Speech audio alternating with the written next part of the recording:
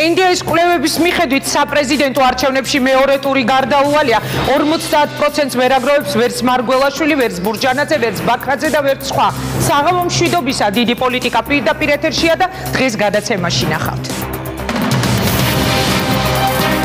იმის აუბრება ქართულ ოცნებას, რომ იმის ნაცვლად, რომ სამართალი აღედგინა ქვეყანაში, კოჰაბიტაცია დაიწყო.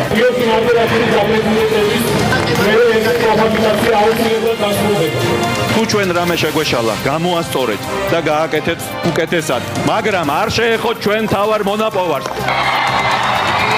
დიდი პოლიტიკა წინა საარჩევნოდ არჩევნებამდე ერთად ვერჩება. და პირადად გადავდივარ ნინო ბურჯანაძის პარტიაში. ოცნები და ბურჯანაძესთან ნაციონალებიდან ოცნებაში და ყველა ერთად დიდ პოლიტიკაში დებატები საარჩევნო შტაბებს შორის ერთმანეთის პირისპირ გიგლა ბარამიძე, სანდრო კვიტაშვილი, არმაზ ახვლედიანი ვინ მოიგებს არჩევნებს. სამწუხაროდ აგრძელებს პროგნოზებს, რასაც არ აქვს ასრულების საშუალება. არ იქნება ქაოსი გაწმენდა, არავითარი ქაოსი არ იქნება. ყველაფერი იქნება წესრიგში და იქნება ადგილში. გაბრაზებული პრემიერი და დაბნეული ექსპერტები, მე რა ვთქვა და რა არ ვთქვა, ეს თუ თქვენგან იქნა ნორმირებული, კარგად გქონია საქმე. ექსპერტების პასუხი პრემიერს. აძლევენ მხოლოდ იმ ნაწილს, სადაც ისე თქვა კაცო, მე ვფიქრობ, რომ ისე ხარ დაკავებული, რომ არ შეიძლება ყველაფერი ადამიანები იცოდე. ყველაფერი არა, რაც საჭიროა ის ვიცი. ყველაფერი გადაიწყოს ვიცი და არც ერთ რაც საჭიროა მე რაც უნდა ვიცოდე ვიცი. 4 საათიანი შეხვედრა ბიძინა ივანიშვილთან, უჩვეულო სცენარი და პრემიერის სკანდალური განცხადება. წინა ხელისუფლებაში ყველაზე საინტერესო ჩემი განმსახედიდან ყველაზე ნიჭიერი კაცი იყო ადეიშვილი. დღეს დიდ პოლიტიკაში პრემიერთან ხმაურიანი შეხვედრის მონაწილე ექსპერტები მძიმე 4 შაბათი პრემიერის კარზე. ეს ადამიანები კი არ არიან, ქაჯები არიან. არის თუ არა ისევ აქტუალური ქაჯების თემა ქართულ პოლიტიკაში, როგორ შეაფასებს გუშინდელ შეხვედრას პრემიერის რეზიდენციაში, ვის მისცემს საკუთარ ხმას, საპრეზიდენტო მარათონს ჩამოშორებული სალომე ზურაბიშვილი და როგორია მისი პროგნოზი დიდ პოლიტიკაში, ბევრი სტუმარი და მთავარი თემა, არჩევნები 2013. უყურეთ დღეს ზუსტად საღამოს 8 საათზე დიდ პოლიტიკას, მთავარი თემებით და მთავარი პოლიტიკური სტუმრებით. დღევანდელი კვლევებით მეორე ტური გარდაუვალია, თუმცა ასე არ ფიქრობს ოცნება. ისინი დარწმუნებულები არიან, რომ მარგველაშვილი მოიგებს. ნაციონალები ვარაუდობენ, რომ მეორე ტური ბაქრაძესა და მარგველაშვილის შორის გაიმართება. ნინო ბურჯანაძე კი აცხადებს, რომ ესაა სამარცხვინო კვლევა. მათ ძალიან კარგად უნდა ესმოდეთ, რომ არჩევნებს ვერ გააყალბებენ, რადგან მაშინ ტოტალურად უნდა გაყალბდეს არჩევნები, რომ მარგველაშვილი გავიდეს პირველ ადგილზე, ხოლო ბაქრაძე მეორეზე. ტოტალურ გაყალბებას საქართველოს მოსახლეობა არ დაუშვებს. მე მინდა გავაფრთხილო დასავლური ინსტიტუტები, ძალიან ცუდად დამთავრდება ეს ყველაფერი, აცხადებს ბურჯანაძე. დღეს დიდ პოლიტიკაში მარგველაშვილის, ბაქრაძის და ბურჯანაძის პოზიციებით არმაზ ახვლედიანი, ალექსანდრე კვიტაშვილი და გიგლა ბარამიძე დასხდებიან დებატებზე. პრემიერთან გუშინდელი მძიმე 4 შაბათის შემდეგ კი ექსპერტები ვაჟა ბერიძე, მამუკა არეშიძე და ელენე ხოშტარია, რომელიც გუშინ პრემიერმა მოიკითხა, რატომ არ ესწრებოდა ამ შეხვედრას, რომელზეც ყველაზე სკანდალური პრემიერის ტონი და ექსპერტების დატუქსვა და ზურაბ ადეიშვილზე გაკეთებული შეფასებები აღმოჩნდა. დარწმუნებული ვარ, ზურაბ ადეიშვილი ჩემს მთავრობაში ყველაზე კარგი ჩინოვნიკი იქნებოდა. ეს პრემიერის სიტყვებია, შეგახსენებთ 3 დღის წინ ჩვენს გადაცემაში თეა წულუკიანმა განაცხადა, რომ ადეიშვილის ინტერპოლი არ ეძებს მტკიცებულებების არ არსებობის გამო. მოდი დავიწყოთ ამ ყველაფრის შეფასება, რაც დღეს დიდ პოლიტიკაში ხდება. გუშინდელი და დღევანდელი თემების შეფასებით გადაცემას გახსნის საქართველოს გზის ლიდერი სალომე ზურაბიშვილი, რომელიც ლუის ნავარომ და სხვაში მოიხსენია. რა პასუხი აქვს ქალბატონ სალომეს, მე მას მივესალმები. საღამო მშვიდობის აქვთ, ხო, როგორ გძანდებით? საღამო მშვიდობის. როგორ ხართ? კარგად, როგორც ყოველთვის. დაბძან, თქვენი ყავით ჩემი ბოლო სტუმარი და იმის მერე მე ეთერში აღარ ყოფილვარ და მხოლოდ 3 დღეა, რაც აქ ვარ, ასე რომ გაწონებული ვარ, რომ ჩემი ფეხი იქნება ბედნიერი, წარმატებული თქვენთვის და ჩემთვის. დიდი მადლობა. ერთი რამ მინდა რომ კითხოთ, მე ვთქვი ახლა რომ ლუის ნავარომ თქო მოიხსენია სალომე ზურაბიშვილი და სხვაში, ანუ სხვა პარტიებში. რა სიტყვით ამ დღევანდელ კვლევებზე, რა სიტყვით ამ ყველაფერზე, მონაცემებზე, რაც დაიდო? მე დიდი ხანია NDI-ს და ლუის ნავაროს კვლევებს აღარ ვკითხულობ. გასაგებია, მაგრამ ეს რაღაცაზე მეტყველებს თქვენთვის, ანუ მცდელობა, ყოველთვის როცა ასეთი ტიპის კვლევები ქვეყნდება ხოლმე, სერიოზულად არ წამიკითხია, არ ვაპირებ. და ვთვლი, რომ ძალიან სამწუხარო არის ქართულ პოლიტიკაში, რომ ჩვენ კიდევ უცხო კვლევების მიხედვით მსჯელობთ და ძალიან დიდ ყურადღებას ვაქცევთ ამას. ვქვნით მათ, როგორც ერთ-ერთი აქტორს ჩვენ პოლიტიკის, არ მგონია რომ სწორი იყოს. ჩვენ სანამ არ ჩამოვყალიბდებით და არ გვექნება ჩვენი მკვლევარები ამ ყველა საკითხების, არ ვიქნებით დამოუკიდებელი ქვეყანა და არ ვიქნებით სრულყოფილი ქვეყანა და მე მგონი ამას უნდა მივეჩვიოთ. ამიტომ მე არა მხოლოდ არ წამიკითხავს, მაგრამ ეს არის ჩემი არჩევანი, რომ მე არ გავაკეთო კომენტარი ასეთ კვლევებზე. კი ბატონო, ეს თქვენება, მე მინდა უბრალოდ პირდაპირ ეთერში ჩავთო ჩემი კოლეგა ნოდარ მელაძე, რომელიც აი ამ დღის მთავარ თემაზე ისაუბრებს და შემდეგ თქვენთან განვაგრძობ საუბარს. ნოდარ, გისმენთ დღევანდელი კვლევები, რომელმაც გამოიწვია ძალიან დიდი პროტესტი, განსაკუთრებით ნინო ბურჯანაძის. მოგესალმებით ინგა, თავდაპირველად მაყურებელს მინდა უთხრა, რომ ეს არის ბოლო სოციოლოგიური კვლევები, რომელსაც 2013 წლის საპრეზიდენტო არჩევნების წინ ამერიკის ეროვნულ დემოკრატიული ინსტიტუტი აქვეყნებს, ანუ მეტი სოციოლოგიური კვლევების განსაჯაროება აღარ მოხდება. ეს კვლევები ჩატარდა აგვისტოს მეორე ნახევარსა და სექტემბრის დასაწყისში და დაახლოებით 4000-მდე საქართველოს მოქალაქე გამოიკითხა და მათ დაუსვეს რამდენიმე კითხვა, თუმცა ერთ-ერთი მთავარია, რომელ საპრეზიდენტო კანდიდატს დაუჭერდით მხარს.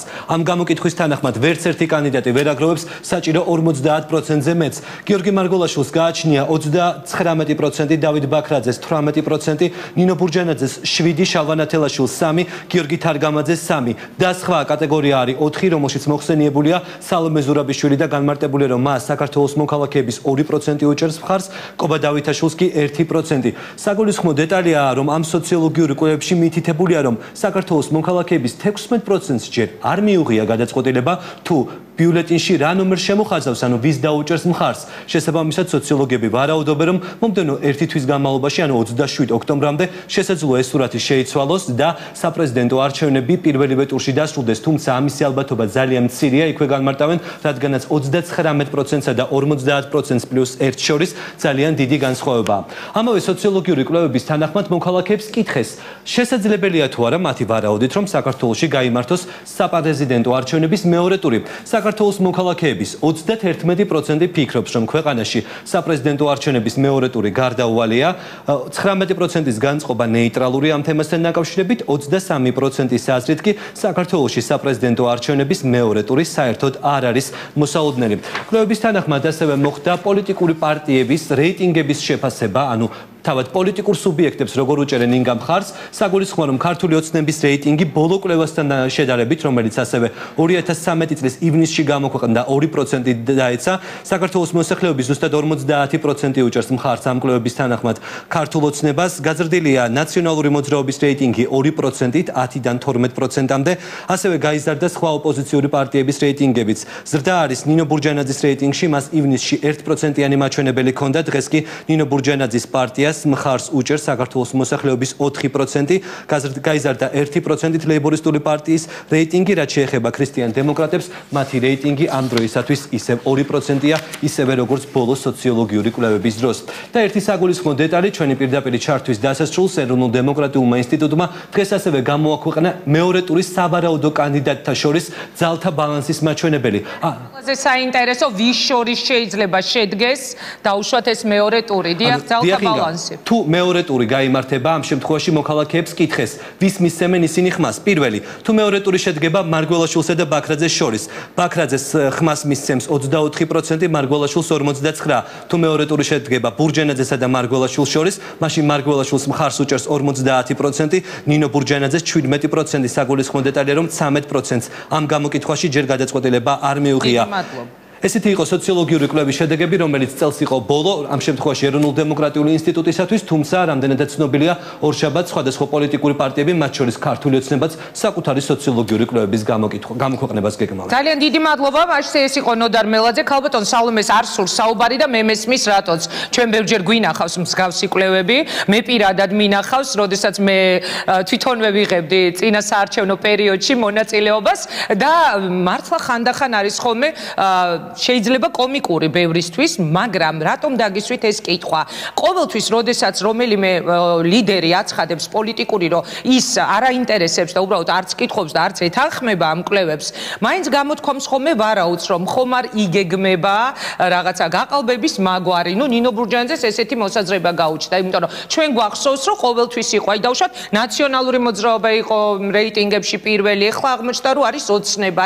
მე აი ამ კუთხით გეკითხები და არა თქვენ პროცენტებზე. ხო, არა, მე ჩემ პროცენტებზე საერთოდ თუ შეიძლება 19 მაქვს იმის მიხედვით, რომ ის ადამიანები, რომლებსაც უფლება წაერთვა არჩევნებში მონაწილეობის, ალბათ არიან იმ კატეგორიაში, რომელიც არ ითვლება დღეს და ვერ ამბობს ვისთვის და ვის მიცემს ხმას. ამიტომ მე ჩემზე სრულიად არ ვაკეთებ დღეს არანაირ კომენტარს. მეორე ტურზე მე ვიტყოდი, რომ თავარი ჩემთვის ის არის, რომ მეორე ტური თუ იქნება, ეს არის პროგრესი საქართველოს პოლიტიკის. ყოველთვის ვამბობდი, რომ მეორე ტური არის წამალი და ამ აზრზე ვრჩები დღეს. რაც ეხება დღევანდელ სიტუაციას, აბსურდული არის, იმიტომ გაყალბება არ იქნება, რადგან მთავარი გაყალბების მიზეზი მოხსნეს ჩემი სახით. ანუ რაღაცა მიზეზი იყო იმისთვის, რომ წასულიყვნენ ამ დონეზე კანონის უგულვებყოფით და ერთი მთავარი კანდიდატი გამოეთიშათ შეჯიბრისგან. ეს არის ყველაზე საინტერესო იმისთვის, რომ შემდეგ აღარ დასჭირდეთ გაყალბება.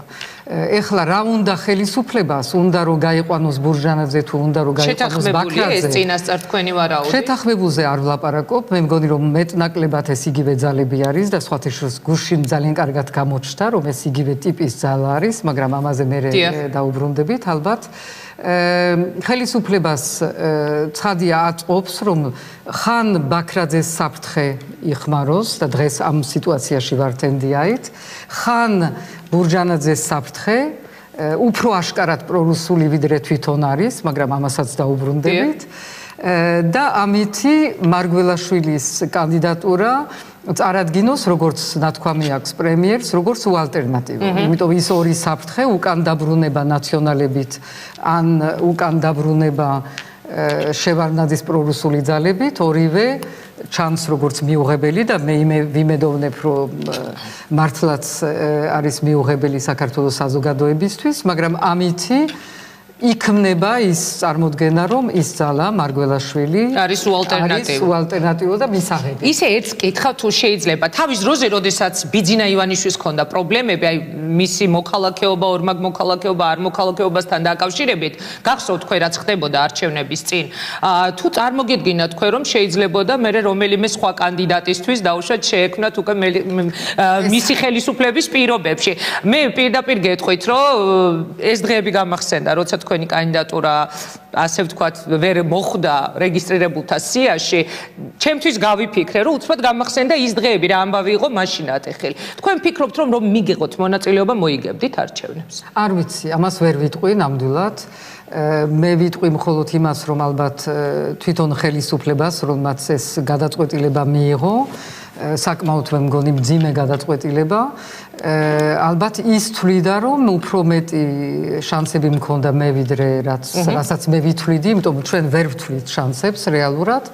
და ყოველ შემთხვევაში მას ჰქონდა განცდა, რომ რაღაცა მოულოდნელი შეიძლება მომხდარიყო. ეს იქნებოდა ან მეორე ტური, ან როგორც მეორე ძალა და როგორც ჩანს ხელისუფლებას სხვა მეორე ძალა უნდა.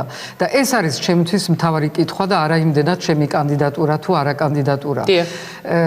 კითხვა არის, რატომ სურს ხელისუფლებას და ცხადი არის, რომ ყველაფერს აკეთებს ამისთვის, რომ მეორე ძალა ქვეყანაში იყოს ან მიუღებელი ნაციონალური მოძრაობა, ან ასევე მე მგონი მიუღებელი ბურჟანაძის მოძრაობა.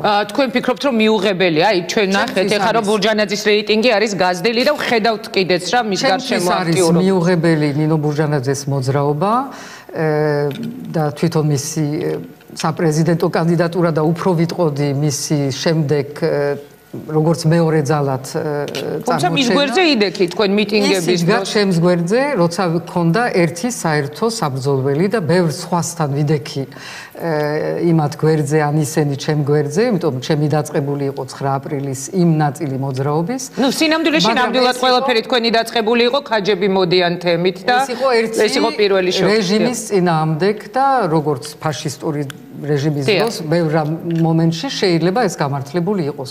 ეს არ ნიშნავს იმას, რომ მე ვდგავარ რომელიმე ძალის გვერდით იმ ხრივ, რომ მე ვიზიარებ მის იდეოლოგიას და ჩემთვის ეს გახდა მიუღებელი იმის მერე, რაც ომის შემდეგ ოპოზიციიდან მანდატის გარეშე ჩადის ადამიანი მოსკოვში ორჯერ, ერთხელ უჯდება პუტინს ისე რომ მას არ გააჩნია არანაირი მოლაპარაკებების მანდატი და დღეს გვესმის რომ რაღაცა სერიოზული მოლაპარაკება თურმე ჩატარდა, მაგრამ უმანდატოდ ეს წარმოუდგენელია. და მეორე, როცა მეორე ჩასვლაზე ესწრება აღლომს, სამხედრო აღლომს, როცა ქვეყანა ვის გამოცდა, როგორ მოხდა ეს ყველაფერი, მე თვითონ ნათქვამი მაქვს, მაგრამ ყველაფრის მიუხედავად ეს ქვეყანა არის ოკუპირებული და როგორ შეიძლება დაესწრო სამხედრო აღლომს. ეს ყველაფერი ჩემთვის არის გაუგებარი. რატომ დაესწრო თქვენი აზრით? მე იმას უნდა კითხოთ, როცა შეხვდებით. არა, უბრალოდ თქვენ როგორ ფიქრობთ თქვა, ანუ რატო ჩავიდა თქვენი აზრით? ერთადერთი ახსნა არის, რომ ოპოზიციიდან როცა ჩადიხარ, არა გაქვს მანდატი, შენ იქმნი შენ სტატუს, პოლიტიკურ სტატუს იმითი, რომ ჯდები, დგები ერთ-ერთ მთავარ ქვეყნის, ძლიერ ქვეყნის გვერდით და ხარ მიღებული როგორც ოფიციალური პირი. კარგით, ბურჯანძეს თავი დავანებოთ. მოდით, მე მინდა კითხოთ. კი ბატონო, დაუბრუნდეთ მთავარს. გუშინდელი დღე მთელმა საქართველომ ნახა ალბათ პირდაპირ ეთერი რამდენიმე საათიანი განრისხებული პრემიერ-მინისტრი, დაბნეული ექსპერტები. მე მინდა ასეთი კითხვა დაგისვათ თქვენ. როგორ შეაფასებდით გუშინდელ ამ შეხვედრას? რა იყო ეს?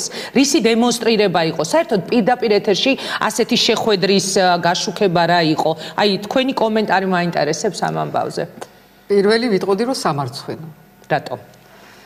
ჯერ ერთი იმიტომ რომ გამახსენდა სააკაშვილის პერიოდი და როცა ის აწყობდა ამ ტიპის შეხვედრებს, იგივე დროშებით უკან, იგივე სტილით, შეიძლება რგვალი მაგიდა არ იყო, მაგრამ სხვა ფორმის მაგიდა. სააკაშვილმა იცოდა გამოყენება უშიშროების საბჭოს, მაგალითად იმისთვის, რომ რაღაც მიმართვები მოსახლეობის მიმართ გაიკეთებინა და რაღაცა სათქმელი ეთქვა ან ერთი მინისტრისთვის, ან მეორესთვის. ასევე აწყობდა ამ ტიპის ძალიან საჯარო დემონსტრაციებს ჟურნალისტებთან ერთად, ან სტუდენტებთან ერთად. ანუ ფორმა არის ნაცნობი ფორმა, რომელიც ეკუთვნის არადემოკრატიულ რეჟიმებს. მე ვერ გავიხსენებ დემოკრატიულ რეჟიმს, რომელსაც ჭირდება ამ ტიპის პროპაგანდისტული შეხვედრები, რომელიც არის დადგმა, რეალურად დადგმა იმისი, თუ რა უნდა იმ მართველ პირს იმ მომენტისთვის რა მესაჟი უნდა გაუგზავნოს. აი რა უნდა, იმიტომ რომ ჩვენი სააკაშვილისგან განსხვავებით ქალბატონ სალომე არ გვინახავს რომ დაუშვათ დაუყვავა. აი ესე როგორც ხდებოდა ხოლმე სააკაშვილის ექსპერტებზე. ანუ იყო ისეთი უცნაური ტონი, რომ მე ჯერჯერობით არ მოგვისმენია ესეთი ტონისაობა. სააკაშვილმაც იცოდა ორივე ტონის ხმარება. ხო, მაგრამ როცა ექსპერტებს დაისვამდა ხოლმე ან და ვიღაც მაინც შერჩეული ყავდა და ეხლა მე არ ვამბობ რომ იდენტიური არის სხვადასხვა ფორმების გამოყენება შეიძლება, მაგრამ გვახსოვს როგორ გამოიყენა ჭიაბერაშვილის საათის ამბავი და რაღაცები, ეს დემაგოგია ცნობილი. ტონი, პრემიერის ტონი. აი როგორ ფიქრობთ, რაში რატო იყო? დაუბრუნდები ამას. ჯერ ერთი არაფერი არ ესაქმება პრემიერს ექსპერტებთან. ჯერ ერთი ეს ცნება ექსპერტების ცოტა უცნაური არის. მე მახსოვს თქვენ თავიდანვე დაუპირისპირდით, როცა ჩამოხვედით ხო საქართველოში ექსპერტებს ძალიან მწვავე განცხადებით. ან არიან სახელისუფლო ექსპერტები, რასაც ხმარობდა კარგად სააკაშვილი, ან არიან დამოუკიდებელი პოლიტოლოგები ალბათ, ეკონომიკის ექსპერტები, არა როგორც ასე ექსპერტი რა. და რატომ უნდა დაიბაროს პრემიერმა ექსპერტები? და რატო უნდა დაიწყოს ჩაკითხვა მათი გამონათქვების ქონდა ჩამონაწერილი, ალბათ ვიცი ვისგან არის ეს ჩამონაწერი გამზადებული. ეს ფორმა არის კოკაყანდიაშვილის ფორმა, ძალიან გავს და არაფერი არ გამიკვირდება. მაგრამ ეს მეორე ადამიანი ხართ, ვინც ამ სტუდიაში კოკაყანდიაშვილს ახსენებს. ერთი გიგი უგულავა იყო გუშინ წინ და ეხლა თქვენ. ეხლა მე. ხდება რომ თანხვედრა აზრების არა ვარ, მე თავისუფალი ვარ იმდენად რომ ესეც არ მაწუხებს. მაგრამ მაწუხებს ძალიან როცა პრემიერი თავს ნებას აძლევს არადემოკრატიულად დაუწყოს ექსპერტებს დამოუკიდებლებს იმედი მაქვს არ ვიცი რამდენად რომ თავიანთ აზრებზე დაუწყოს თვითონ რასაც ასე ახასიათებს პოლემიკა რა დროს პოლემიკა არის პრემიერის ექსპერტებთან რა დროს რაღაცა ფორმით რას ნიშნავს ძმაო მე არ მინდა რომ ჩემი ქვეყნის პრემიერი ელაპარაკებოდეს ექსპერტებს საჯაროდ და ეუბნებოდეს ძმაო რა ფორმა არის მე სხვა ფორმას მოვითხოვ პრემიერისგან მთავრობისგან სხვა სახელმწიფო მინდა საერთოდ რომელსაც მათ იცის რა დონეზე რა უნდა იყოს გარჩეული და რა თქვენ როგორ ფიქრობთ რაში დასჭირდა მას ეს ყველაფერი ერთ რამეს ვიტყვი მე მგონი რომ გუშინ ალბათ დრო იყო სხვა რამესი ერთი რომ პრემიერი ყოფილიყო ნიუ-იორკში გაეროს გენერალურ ასამბლეაზე თქვენ ფიქრობთ რომ პრეზიდენტთან ერთად უნდა ყოფილიყო რა მნიშვნელობა აქვს პრეზიდენტიც იყო როგორც მე არ მიშლის უგულავა ასე არ უნდა უშლიდეს მას სააკაშვილის იქ ყოფნა თუ საქართველოს ინტერესები ამას მოითხოვს და ამ შემთხვევაში დღეს მოითხოვს უნდა ყოფილიყო იქა უნდა გამართულიყო შეხვედრები ყველა დონეზე და უნდა მიეტანა იქა საქართველოს დღევანდელი ტკივილი და ძალიან სერიოზული საფრთხეები კი ნუ თუ გავიხსენებთ საზღვრის გადმოწევასთან დაკავშირებით თუ რამე საჯარო შეხვედრაზე იყო ლაპარაკი მაშინ ალბათ უნდა მოეწვია საერთაშორისო საგარეო პოლიტიკის ექსპერტები, სამხედრო ექსპერტები და მათთან ერთად განეხილა, მე მგონი არასაჯაროდ, ეს საჯაროობა სულ არ არის საჭირო. უნდა განეხილა დღევანდელი სიტუაცია და რანაირად რა გზები არსებობს ამ სიტუაციიდან ოკუპაციის შესაჩერებლად ამას გულისხმობ. ქალბატონო სალმე, ხომ არ ფიქრობთ რომ პრემიერი ხედავს რისკებს, რომ თანდათან უფრო მეტი კრიტიკა შეიძლება წამოვიდეს მისი მთავრობის, მისი მინისტრების მიმართ და ეს იყო მისგან ერთგვარი პრევენცია, თითის დაქნევა ექსპერტებისთვის თუ არ ვიცი დაწუნება. სხვათაშორის თუ შეამჩნევთ პლაკატებზე თითებს და გუშინდელ შეხვედრაზე თითებს ეს ძალიან ცუდი ფორმა არის. რას გულისხმობთ? ვის ემუქრები, ვის ასწავლი რა უნდა გააკეთოს. ექსპერტი არის დამოუკიდებელი. აი ეს ცნება დამოუკიდებლობის, გინდათ სახელმწიფოებრივი, გინდათ შემთან მიმართებაში რა არის დამოუკიდებელი კანდიდატი, გინდათ ექსპერტების მიმართ ან ჟურნალისტების, რას ნიშნავს დამოუკიდებლობა და რომ შენ როგორც ქვეყნის მეთაური, შენი პირველი ვალდებულება არის რომ იყო ეს ეხება პრეზიდენტებს პირველ რიგში ვიტყოდი და პრემიერს ასევე. შენ უნდა იყო გარანტორი ამ დამოუკიდებლობების და არა მოთხოვო ანგარიშები რომ თქვენ რატომ თქვით ასე, რატომ თქვით ისე, მე უნდა გავფილტრო ან უნდა იყოს თქვენს მიერ გაფილტრული ეს სიტყვები, ტერმინები სრულიად წარმოუდგენელი არის ჩემთვის. ამ კიდევ ჩინოვნიკი თურმე ადეიშვილი ყოფილა ერთ-ერთი საუკეთესო სწორედ რო დამესვა კითხვა. ორიოდე დღის წინ თეატრულიანმა ჩვენთან ეთერში გააკეთა განცხადება, რა მე ვკითხე და მან მიპასუხა, რომ ზურაბ ადეიშვილს არ ეძებსო ინტერპოლი და როცა გავარკვიეთ, აღმოჩნდა, რომ ნუ მტკიცებულებების არარსებობის გამო. გუშინ, როდესაც ჩვენ მოვისმინეთ ბიძინა ივანიშვილისგან ადეიშვილზე ყველას გაუკვირდა, ხო მოულოდნელი იყო, ანუ რომ ადეიშვილი იქნებოდა საუკეთესო სახელმწიფო ჩინოვნიკი ლაპარაკობდა, რომ ყველაფერი დააწყო მან და ასე შემდეგ. თქვენ როგორ ფიქრობთ, რაში დასჭირდა? ან რა არის ეს მისი მხრიდან? მე ვფიქრობ პირველ რიგში, რომ ეს არის შეურაცხყოფა საქართველოს მოსახლეობის საზოგადოების, მირჩევნია ეს ტერმინი საზოგადოების, რადგან მთელი საზოგადოება დარწმუნებულია, რომ პასუხისგებლობა იმ ყველაფრის, რაც ხდებოდა ამ ქვეყანაში, არის ადეიშვილის, მერაბიშვილის, ახალაიების შეიძლება ეს მართალი არის, შეიძლება ბოლომდე მართალი არ არის სააკაშვილის პირველ რიგში.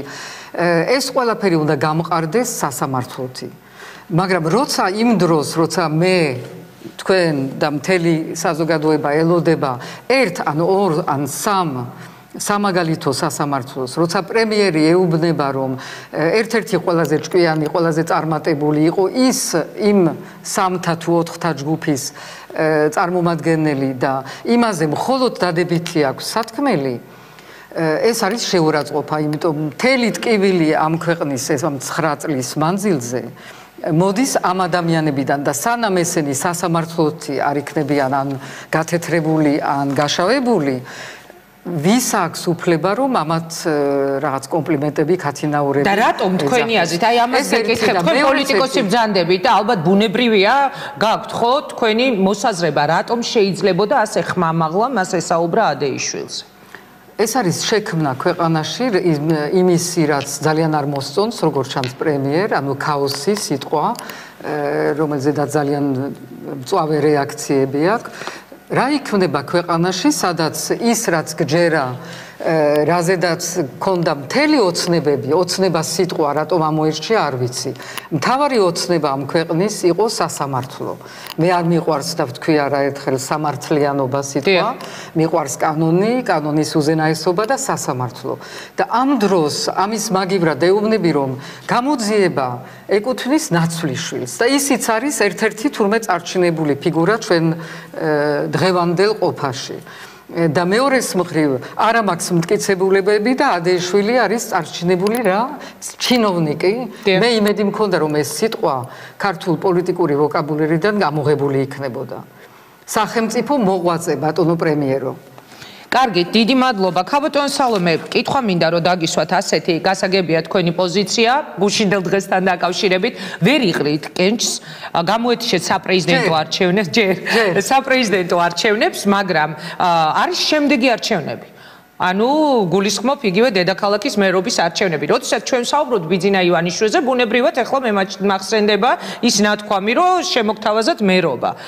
ფიქრობთ თუ არა, რომ შესაძლებელია იგივე ოცნების მხარდაჭერით თქვენ უცბად დასახელდეთ მერის კანდიდატურად, ან არაოცნების, მაგრამ მიიღოთ მონაწილეობა და იფიქროთ დედაქალაქის მერობაზე. რატომ დავფიქრთი პირველ რიგში ამ წინადადებაზე და რატომ არ მოვიწონე ეს ერთი იმიტომ რომ ეს არის არჩევითი ადგილი და ცოტა არ იყოს მე მესმის რა არის დემოკრატია და რომ არჩევით ადგილას არ ნიშნავენ ადამიანებს ეს ეხება მერობას როგორც პრეზიდენტობას როგორც პრემიერობას ჩვენ მალე ვიქნებით ქვეყანაში სადაც არავინ არ იქნება არჩეული ანუ მარგველაშვილი დანიშნული იქნება თქვენ არის უკვე დანიშნული არის თუ გახდება პრეზიდენტი არის დანიშნული როგორც მომავალი პრეზიდენტი და ალბათ გახდება პრეზიდენტი ამ მდგომარეობაში და ამ სიტუაციაში.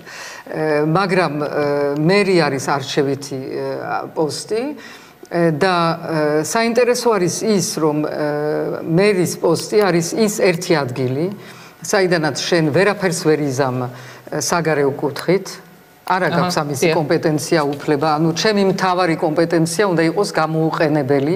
შეიძლება ამიტომ იყო ეს შემოთავაზება, არ ვიცი. შეიძლება ჩემზე უფრო შორს იყურებდნენ ზოგიერთები. ასევე ეს არის ადგილი, სადაც მეტადრე უგულავას მერე იქნება ძალიან ბევრი ფინანსური მახეები და საფრთხეები და მე არ ამგონია რომ მქონდეს არც გუნდი ჩემს უკან და არც ჩემში ის საშუალებები რომ ეს ყველაფერი დავძლიო და შეუკლავდე ანუ ეს იქნებოდა ძალიან დიდი სტუნება ვიტყოდი რომ ამაზე წავსულიყავი დღეს რომ ამაზე წავიდე როგორც ზოგიერთი გაზეთები წერენ იმიტომ რომ ოცნება დამიჭერს მხარს თუ არ დამიჭერს ეს ჩემთვის წარმოუდგენელია მე სადაც წავალ დამოუკიდებლად მაგრამ არა საზოგადოებისგან დამოუკიდებლად მე მაქვს ვიცი ძალიან დიდი მხარდაჭერა რომელსაც ყოველდღიურად ვამოწმებ სადაც არ მივდივარ სადაც არ გავდივარ ეს არ არის ჩემს მიმართ მხარდაჭერა ეს არის იმ საქართველოს მიმართ მხარდაჭერა რომელიც უნდა ბოლოს და ბოლოს აღდგეს რომელიც უნდა იყოს ნამდვილად დამოუკიდებელი სახელმწიფო ღირსეული სახელმწიფო სადაც არავის არ დაუწყებს თითისქნევას კიდევ ერთხელ, რასაც დღეს ვესწრებით. დიდი მადლობა. მე მინდა უთხრა ეხლა მაყურებელს, რომ გამოვიდა ქალბატონი სალომეს წიგნი, რომლის პრეზენტაციაც იყო დღეს და გთხოვოთ ავტოგრაფი. წიგნს ქვია საქართველოსკენ. თქვენი პირველი წიგნი წაკითხული მაქვს და იყო ძალიან საინტერესო. აღფრთოვანებული ვიყავი, რომ წავიკითხე. ეს წიგნი კი შეეხება თქვენს წინაპრებს, რამდენადაც ვიცი, გავლით გზას და ძალიან დამავალებ თუ კი თქვენს ავტოგრაფს დამიტოვებ. ერთი შარფი რო დამიტოვეთ, უცბად პოლიტიკაში აღმოჩნდი და ეხლა წერილობაში გადავიხართ.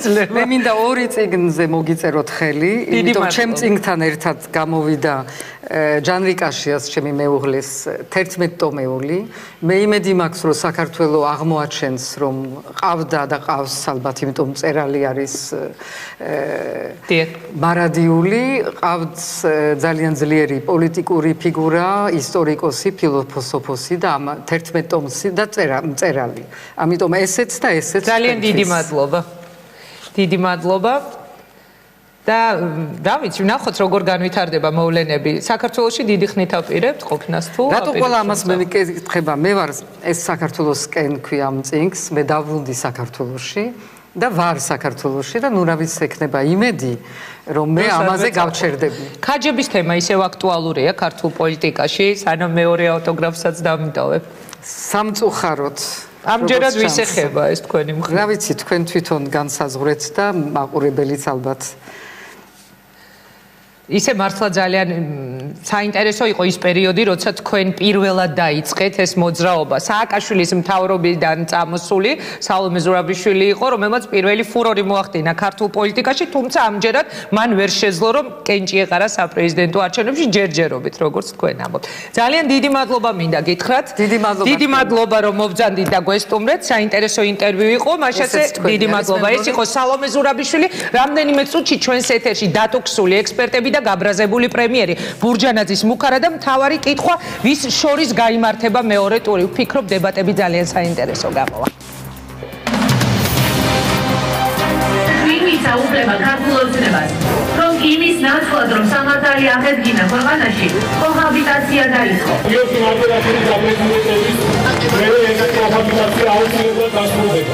თუ ჩვენ რამე შეგვეშალა, გამოასწორეთ და გააკეთეთ უკეთესად, მაგრამ არ შეეხოთ ჩვენ თავარ მონაპოვარს. დიდი პოლიტიკა წინა საარჩევნოდ არჩევნებამდე ერთი თვერჩება. და პირადად გადავდივარ ნინო ბურჯანაძის პარტიაში. ოცნები და ბურჯანაძესთან ნაციონალებიდან ოცნებაში და ყველა ერთად დიდ პოლიტიკაში დებატები საარჩევნო შტაბებს შორის. ერთმანეთის პირისპირ გიგლა ბარამიძე, სანდრო კვიტაშვილი, არმაზ ახვლედიანი, ვინ მოიგებს არჩევნებს? სამწუხაროდ აგრძელებს პროგნოზებს, რასაც არ აქვს ასრულების საშუალება. არ იქნება ქაოსი განწმენდა, არავითარი ქაოსი არ იქნება. ყველაფერი იქნება წესდიქში და იქნება არჩევნებში. გაბრაზებული პრემიერი და დაბნეული ექსპერტები, მე რა ვთქვა და რა არ ვთქვა, ეს თუ თქვენგან იქნა ნორმირებული, კარგად გქონია საქმე. ექსპერტების პასუხი პრემიერს. აძლევენ მხოლოდ იმ ნაწილს, სადაც ესე ვთქვათ, გაწოლ. მე ვფიქრობ, რომ ისე ხარ დაკავებული, რომ არ შეიძლება ყველაფერი ადამიანმა იცოდეს. ყველაფერი არა, რაც საჭიროა ის ვიცი. ყველაფერი გაკეთება ვიცი და რაც საჭიროა მე რაც უნდა ვიცოდე ვიცი. 4 საათიანი შეხვედრა ბიძინა ივანიშვილთან, უჩვეულო სცენარი და პრემიერის სკანდალური განცხადება. ინა ხელისუფლებაში ყველაზე საინტერესო წინგად მსახიობიდან ყველაზე ნიჭიერი კაცი იყო ადეიშვილი. დღეს დიდ პოლიტიკაში პრემიერთან ხმაურიანი შეხვედრის მონაწილე ექსპერტები მძიმე 4 შაბათი პრემიერის კარზე. მაშასე ჩვენ ვართ ყოველ პირდაპირ ეთერში და ვიმედოვნებ, რომ გამოგივა ძალიან საინტერესო საუბრები. სტუდიაში ალექსანდრე კვიტაშვილი, გიგლა ბარამიძე, არმაზ ახვლედიანი, მე მათ მიესალმები საღამომშვიდობისა და პირდაპირ ეთერში პირველ რიგში მინდა გთხოვოთ ჩემთან ერთად მოვისმინოთ იმ ექსპერტების შეფასება, რომლებიც ესწრებოდნენ და რომელიც არ ესწრებოდა. საუბარი მაქვს ელენე ხოშტარიაზე. პრემიერისგან ჩვენ მოვისმინეთ განცხადებას მის შესახებ. მაშასე პირველი პირდაპირი ჩართვა გვექნება ვაჟა ბერიძესთან. ბატონო ვაჟა, საღამომშვიდობისა, მოგესალმებით, როგორ ბრძანდებით გუშინდელი მძიმე 4 შაბათის შემდეგ. ვერ ვიტყვი რომ გუშინდელი 4 შაბათი იყო მძიმე. არ იყო მძიმე, ეს იყო ერთი საინტერესო დღე. საინტერესო თავისი მოულოდნელი არქიტექტონიკით და საკმაოდ ორიგინალური პოლიტიკური პასაჟებით. ხლა მე ვერ წარმომიდგენია რომ სადღაც დიდ ბრიტანეთში დევიდ კემერონი აი ესე შეკრებს ბრიტანეთში ცნობილ ანალიტიკოსებს და აი ესე დაამონათებს მათი ბრიტანული მთავრობის კაბინეტის ამა თუ იმ ქმედების ან პრემიერის კრიტიკის გამო.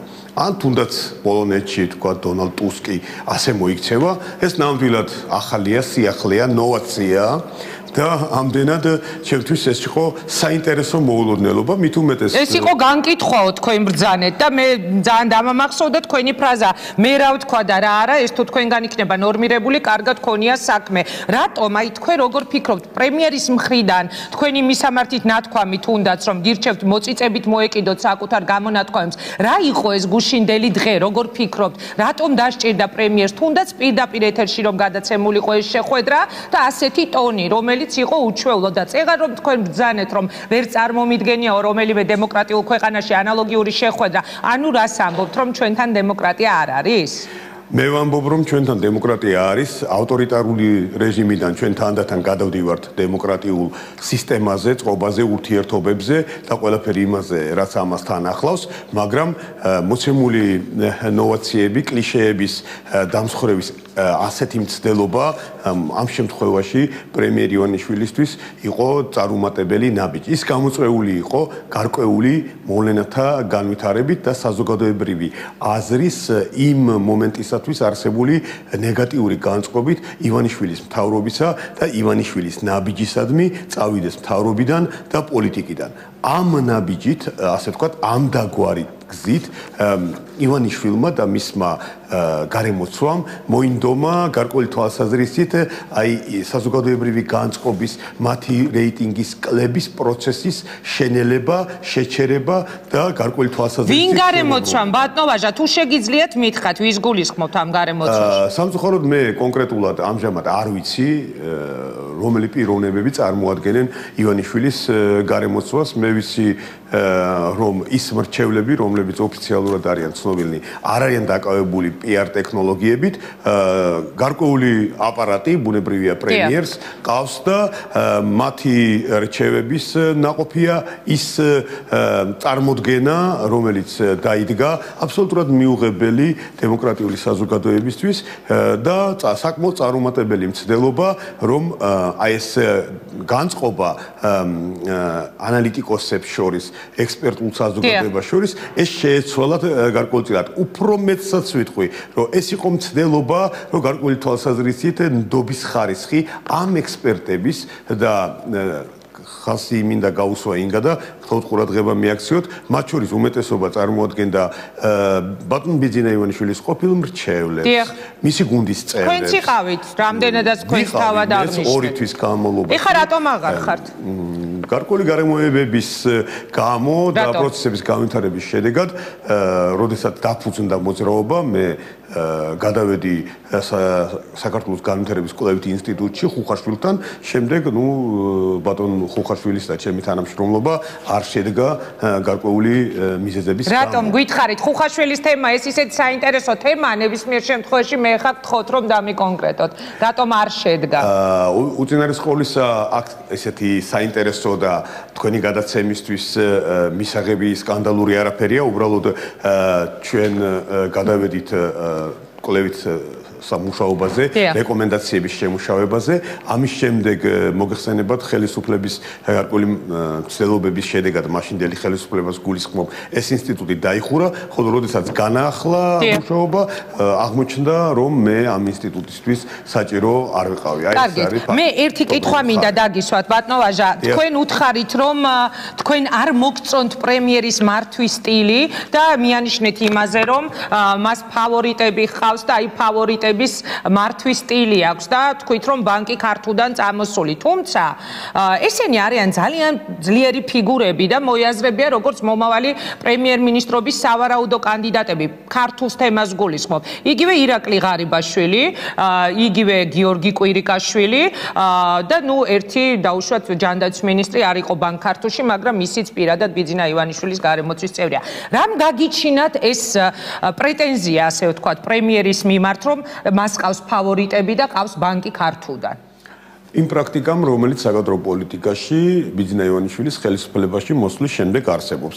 თქვენს მიერ დასახელებული ჩემთვის უაღრესად პატივსაცემი პიროვნებები, ერთ-ერთი საუკეთესო მინისტრი და შესანიშნავი პიროვნება ირაკლი ღარიბაშვილი, გიორგი კვირიკაშვილი და იქ ბევრი სხვაც არის პატივსაცემი იმ გუნდიდან, რომელსაც ფესვები ფონდ ქართულში, ბანკ ქართულში და სხვა ივანიშვილის ბიზნეს სტრუქტურებში და და არა მარტო ბიზნეს სტრუქტურებში აქვს. და რა არის აქ ცუდი უკაცრავად? თუ კი მე მყავს ჩემი გუნდი, რომელთან ერთადაც წლების განმავლობაში მქონდა ძალიან წარმატებული ბიზნესი. ამ შემთხვევაში გულისხმობ ივანიშვილს. რატომ არ უნდა წავიყვანო მე ჩემი გამოცდილი კადრები, თუ კი მე ვიცი რომ ისინი მაგრად გამიკეთებენ საქმეს. თქვენ ამბობთ რომ წარმატებული მინისტრები არიანო და ამიტომ რა არის აქ ცუდი, რომ შენ შეარჩიო გარემოცვა შენი გამოცდილების მიხედვით მათთან მუშაობის.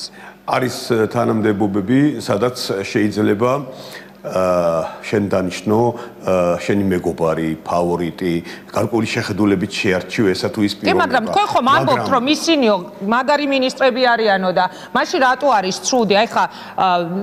აი ცოტა ისეთი გაუგებარი არის ამ შემთხვევაში ხა თქვენი პასუხი. კონკრეტულად უნდა მითხრათ, ან იქნებ მითხრათ, რაღაც არ მოგწონთ და ბოლომდე იქნებ თქვა. არა, მე აბსოლუტურად ვამბობ ყოველთვის იმას, რისი თქმაც მინდა. კი, მაგრამ მაშინ თუ კი წარმატებულები არიან, ნიშნებას ვაკეთებ იმაზე, რისი მინიშნებაც მინდა. მე მესმის თქვენი რომ გინდათ რომ უფრო კონკრეტულად იყოს დატვირთული ჩემი საუბარი, მაგრამ იმის გარდა რაც მე ვთქვი ამ შეხვედრაზე და ეს არის რომ მე არ მომწონს ფავორიტიზმი პოლიტიკაში და მართვაში, მე კონკრეტულ სახელებს და გვარებს არ დავასახელებ, თუმცა გეტყვით რომ არა მარტო ეს თქვენს მიერ დასახელებული ორი შესანიშნავი პიროვნება არის ბიძინა ივანიშვილის ანუ გულისხმობდით სხვებს, კარგით. ყველგან ასია და იგნორირებული ეს ელემენტარული პრინციპი, როგორიც არის, თქვათ, საკონკურსო შერჩევები, ახალი პერსპექტიული კადრების ძიება, ისინი როგორც წესი თუ არსებობენ ამ გუნდში არიან დისტანცირებული ბიძინა ივანიშვილისგან და მას მე მის ნაკლად მიმაჩნია ის, რომ აი უფრო გამოცდილ, მაგრამ შეიძლება ნაკლები გაქანებისა და შესაძლებლობების ადამიანებთან თანამშრომლობს. დიდი მადლობა. მიდგომა პრემიერისთვის მე ვფიქრობ არ არის ხელსაყრელი. ერთი კითხვა უნდა დაგისვათ კიდევ ვიდრე დაგემშვიდობებით. თქვენ ბრძანეთ რომ ნებისმიერ სხვა დემოკრატიულ ქვეყანაში ამგვარი ინტონაცია და ტონი ძალიან ძვირი დაუჯდებოდა არჩეულ პირს, მაგრამ ამ შემთხვევაში ივანიშვილს ეს ძვირი ბევრი გარემოების გამო არ დაუჯდება. თუ არ ვცდები Front News-ში გააკეთეთ ეს განცხადება. რა არის ეს გარემოებები და რატომ არ დაუჯდება დაუშვათ ძვირი? თუ კი თქვენ ფიქრობთ, იმიტომ რომ ბიძინა ივანიშვილს აქვს ძალიან მაღალი ჯერ კიდევ ნდობის ხარისხი ჩვენი მოქალაქეების, მოსახლეობის, ეს ერთი. მეორე, მას ეს ძვირად არ დაუჯდება, იმიტომ რომ ქართული სინამდვილის დემოკრატიულობის ხარისხი არის უკიდურესა და დაბალი. სხვა შემთხვევაში, მაგალითად, იმ ქვეყნებში, რომლებიც მე დავასახელე, შესაძლოა ეს უფრო მეტად თავისუფალ სიტყვაზე ზეწოლის მაგალითადაც კი განხილულიყო. ანუ თქვენ კრებთ ექსპერტებს, ვინც არიან ახლა ექსპერტებად წოდებულნი, რამდენად არიან, რამდენად მაღალი დონისანი არიან. თუმცა მან თქვა, რომ არც ერთი თქვენი პროგნოზი არ გამართლდა და წონაც ეჭქვეშ დგასო ექსპერტებს. ყველა პროგნოზი, რომელიც მე და ჩემო კოლეგებმა გავაკეთეთ ბოლო 2 წლის განმავლობაში გამართლდა და ამას ახლა რო დრო იყოს საკმაოდ შეიძლება საუბარი. მაგრამ როდესაც ასეთი დამოკიდებულება არის ექსპერტული საზოგადოების მიმართ, რომელსაც შენ ეუბნები, რომ აი ეს დებულება არ არის დასაბუთებული, ეს მოსაზრება არ არის სწორი და ასე შემდეგ, ეს შეიძლება აღიქვას, აღქმულ იქნას როგორც ზეწოლა თავისუფალ სიტყვაზე, რისგანაც მე ვურჩევ, რომ მომავალში ამ ფორმატით ექსპერტებთან ურთიერთობისგან ბატონმა ბიძინამ, რომელიც მე მიმაჩნია იმ დონის ეროვნულ მოღვაწედ და პიროვნებად, როგორებიც იყვნენ ნიკო ნიკოლაძე, თვითიდი ძმები ზუბალაშვილი, სარაჯიშვილი და სხვა, მე მინდა რომ ეს სახე, ეს დონე მან შეინარჩუნოს ჩვენს უახლეს ისტორიაში, ჩვენს სინამდვილეში, ამიტომ ასეთი შეხვედრებისგან ექსპერტებთან და ამ ტონალობაში ურთიერთობისგან, როდესაც მათ შენი იწვევ, მოულოდნელად ისინი აღმოჩნდებიან ღია ეთერში მთელი ქვეყნის მასშტაბით. და თქვენ არიცოდით რომ ეს ღია ეთერით უნდა გადაცემულიყო, ეს არის ჩემი ბოლო კითხვა და იქნებ ძალიან მოკლედ მიპასუხოთ. ანუ მაშინ რა იყო, რატომ გახდა საჭირო პირდაპირ ეთერით, მე ამ შეკითხვას დავუსვავ შემდეგ ექსპერტსაც და აქ მყოფ სტუმრებსაც ოდნავ მოგვიანებით, რატომ არიცოდით და უცბად აღმოჩნდა რომ ხართ პირდაპირ ეთერში. როგორ ფიქრობთ, რაში დასჭირდა პრემიერს? ხო არ ფიქრობთ რომ მოახლოებული არჩევნების წინ ის შეიძლება ელოდება რომ მისი მთავრობის მიმართ კრიტიკა კიდევ უფრო გაზრდილიყო და ამიტომ დაგტუქსათ, მოდით მარტივად გეტყვით. მე არ ვფიქრობ რომ დაგტუქსა, იმიტომ რომ ბატონო ბიძინა ასეთ რამეს არ იკადრებს, უბრალოდ იყო მცდელობა ჩვენი განკითხვის შერისხვის, რაც აშკარად არ გამოვიდა, ყველა ექსპერტმა ინგა აბსოლუტურად ლოგიკურად, დელიკატურად დაასაბუთა თავისი პოზიცია და დრო რო ყოფილიყო თითოეულ დებულებას დაიცავდა და დაასაბუთებდა. უბრალოდ მე როგორც მოკეთემ ამ ხელისუფლების და ამ ქვეყნის მინდა ბატონ ბიძინას ურჩიო რომ ამდაგვარი ფორმატით შეხვედრებს ექსპერტებთან ნუ არ ჩაატარებს.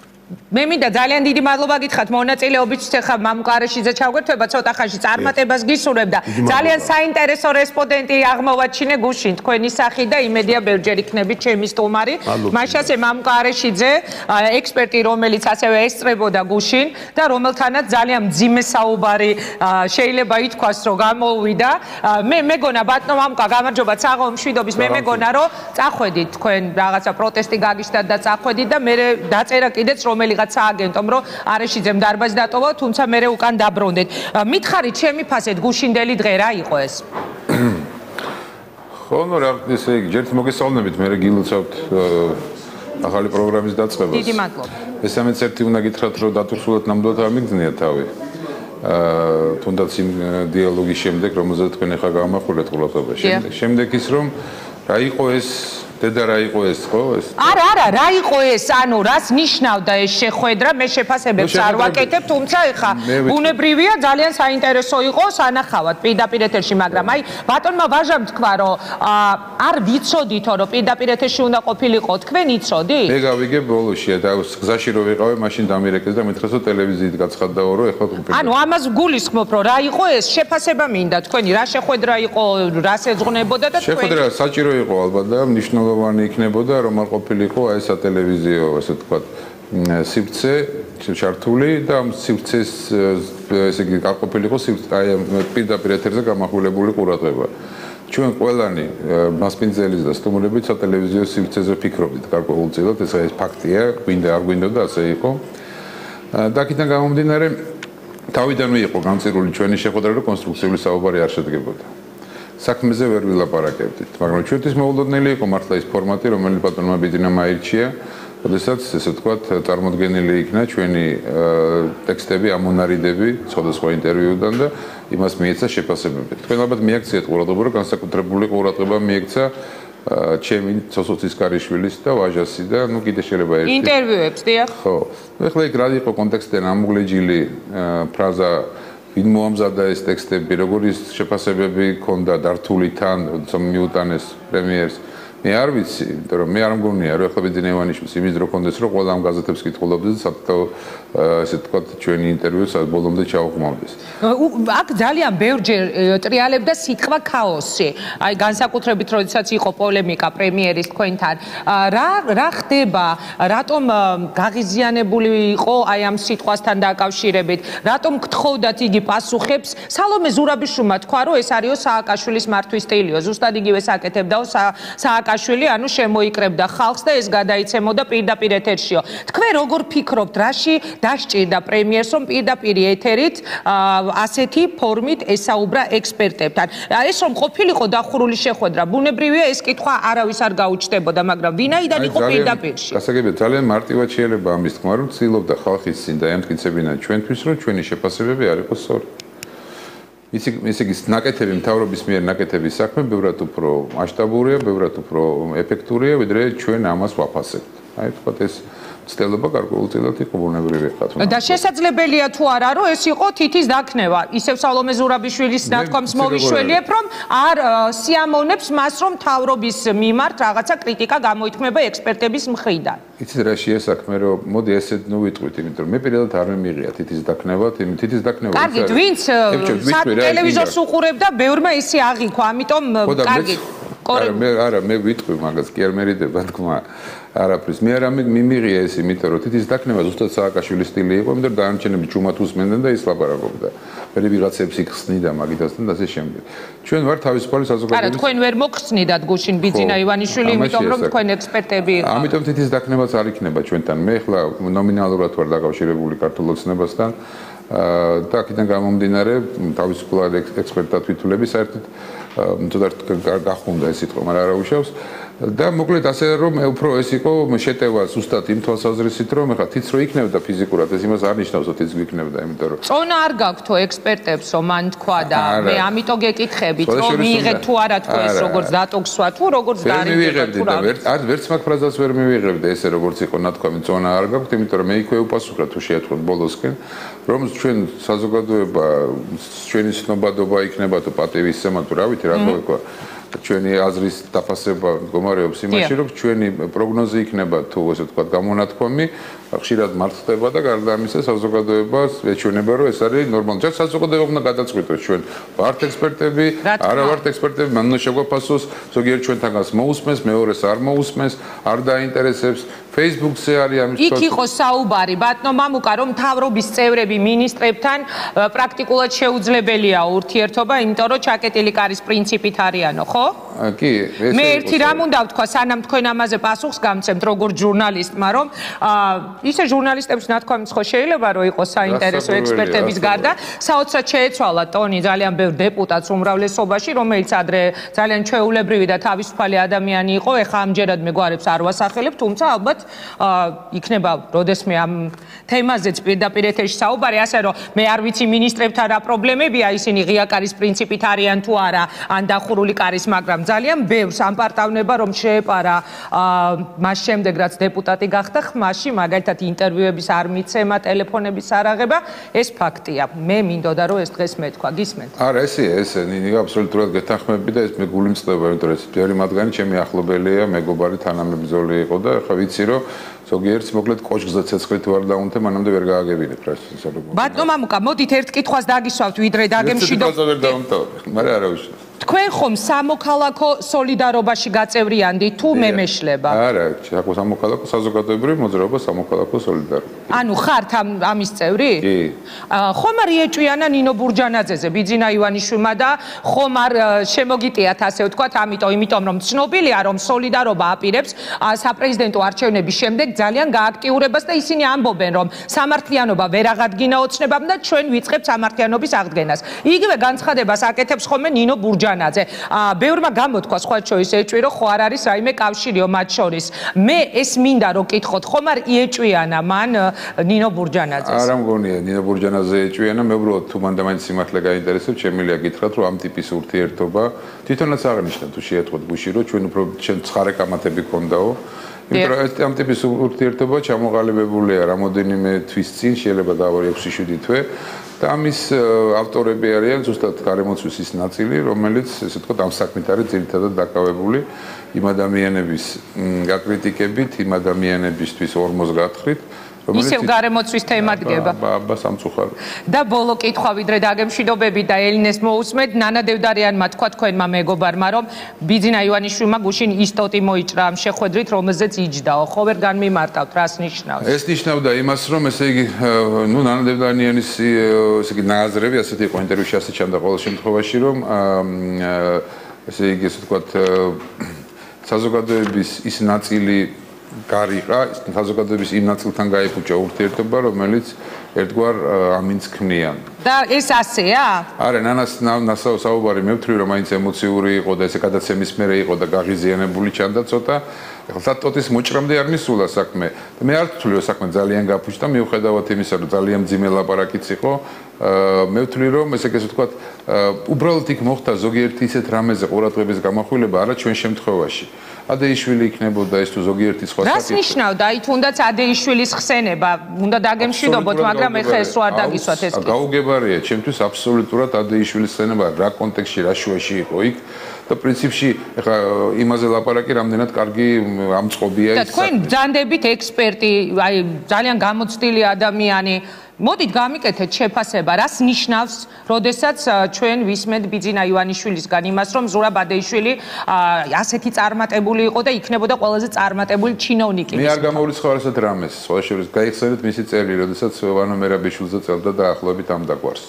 მის ესე იგი დანაშაულებს შეფასებას აძლევდა, მაგრამ გარკვეულწილად მიანიშნებდა, რომ კარგი მენეჯერი იყო გასულ პირველ წელში. ხო, მაგრამ უკაცრავად არ არის ინტერპოლის ძებნილი ადეიშვილი, არ არსებობს საკმარისიო მტკიცებულებები თეატრულუკიანმა თქვა ამ ეთერში ორშაბათს, ანუ მაშინ როდესაც იგი არ არის ძებნილი, მას არ ეძებენ წითელი ცირკულარით, როდესაც ჩვენ ვისმენთ ამ განცხადებას, აი აქ უკვე დგება ძალიან დიდი კითხვის ნიშანი, რომ რა ხდება. ხო, არა, ესეთი რა მე არ თვლი რომ რაღაცა კავშირები შეიმჩნა, არის ბიზნესოვანიშვილსა და ადეიშვილს შორის, ადეიშვილმა ამ 1-2 კვირის წინ Skype-ით გაყიდა თავისი ბინაში ხმელების ქუჩაზე და ეს მე ვიცი რომ ბიზნესოვანიშვილისთვის მაგალითად გუში მოულოდნელი იყო ეს რო გაიგო.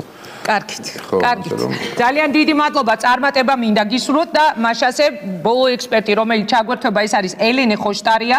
კარგი იქნებოდა რომ დღევანდელ შეხვედრაზე ქალბატონი ელენე ხოშტარია მოსულიყო. მან თქვა რომ არ იცის ამ კაცმა რუსეთს როგორ ელაპარაკოსო. ის ხალხი რომ ამას მეუბნება, ვინც პირწმინდად გააფუჭა ყველაფერი. მიუღებელია ის რაც მოხდა და რა მდგომარეობაშიც ვართ, ჩვენ ამას ჩვენს რიტორიკას მიაწერენ. ამას რომ ამბობენ საზოგადოება ასეთი დებილი ხომ არ არის. ქალბატონი ელენე ხოშტარია გვერდება პირდაპირ ეთერში, რომლის მისამართითაც დაისვა ასეთი კითხვა, რომ სად არის ელენე ხოშტარია. რატომ არ იყავით ქალბატონო ელენე? გამარჯობა. გამარჯობა. ნუ მიზეზი ძალიან მარტივია, იმიტომ რომ არ ვიყავი მიწვეული, რომ ყოფილიყავი ნამდვილად ვისარგებლებდი ამ შემთხვევით და ვთქვათ იმ კრიტიკას თუ იმ მოსაზრებებს, რასაც ვაფიქსირებ ხოლმე საჯაროდ ნამდვილად მირჩევნია რომ დავაფიქსირო.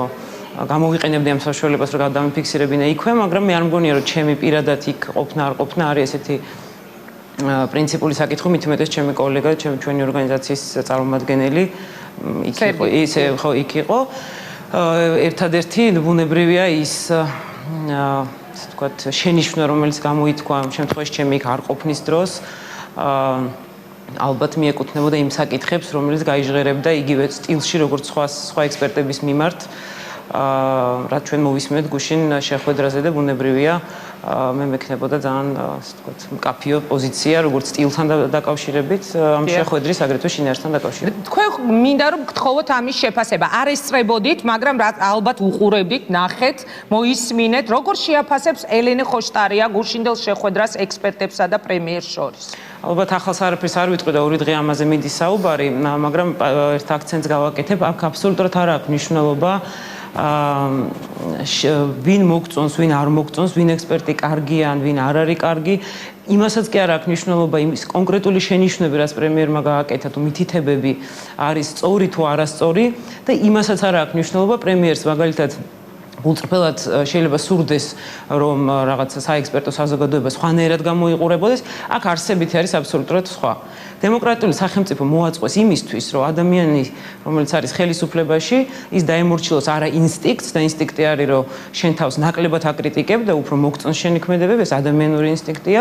შენ ადამიანი არ არის მიდრეკილი, რომ შეზღუდოს თავისი რაღაც შეცდომები თავად, ამისთვის შეიქმნა ამის საპირწონე დამაბალანსებელი ერთ-ერთი, ეს არის სამოქალაქო საზოგადოება. შესაბამისად, როდესაც ადამიანი ხდება პრემიერი, ეს არის განსაკუთრებული როლი, ეს არის განსაკუთრებული პასუხისმგებლობა და ეს მათ შორის შეიცავს იმას, რომ მოისმინოს და მიიღოს შენიშვნები იმ შინაარსით და იმ ფორმით, რომელსაც ირჩევს თავად სამოქალაქო საზოგადოება. და თქვენ როგორ ფიქრობთ, რატომ გადაიცა ეს პირდაპირ ეთერით პრემიერის ეს ტონი, რომელიც ნახა მთელმა საქართველომ, ქვეყანამ უყურა, რაში დასჭირდა მას? ფიქრობ თუ არა, რომ შესაძლებელია ეს იყო მისი მხრიდან ერთგვარი პრევენცია, რომ უფრო და უფრო არ გააქტიურდეს მისი მთავრობის კრიტიკა, ან და რაღაც მოდით პირდაპირ ვთქვათ, რაღაც განსხვავებული აზრის შეზღუდვის მცდელობა ხო არ იყო?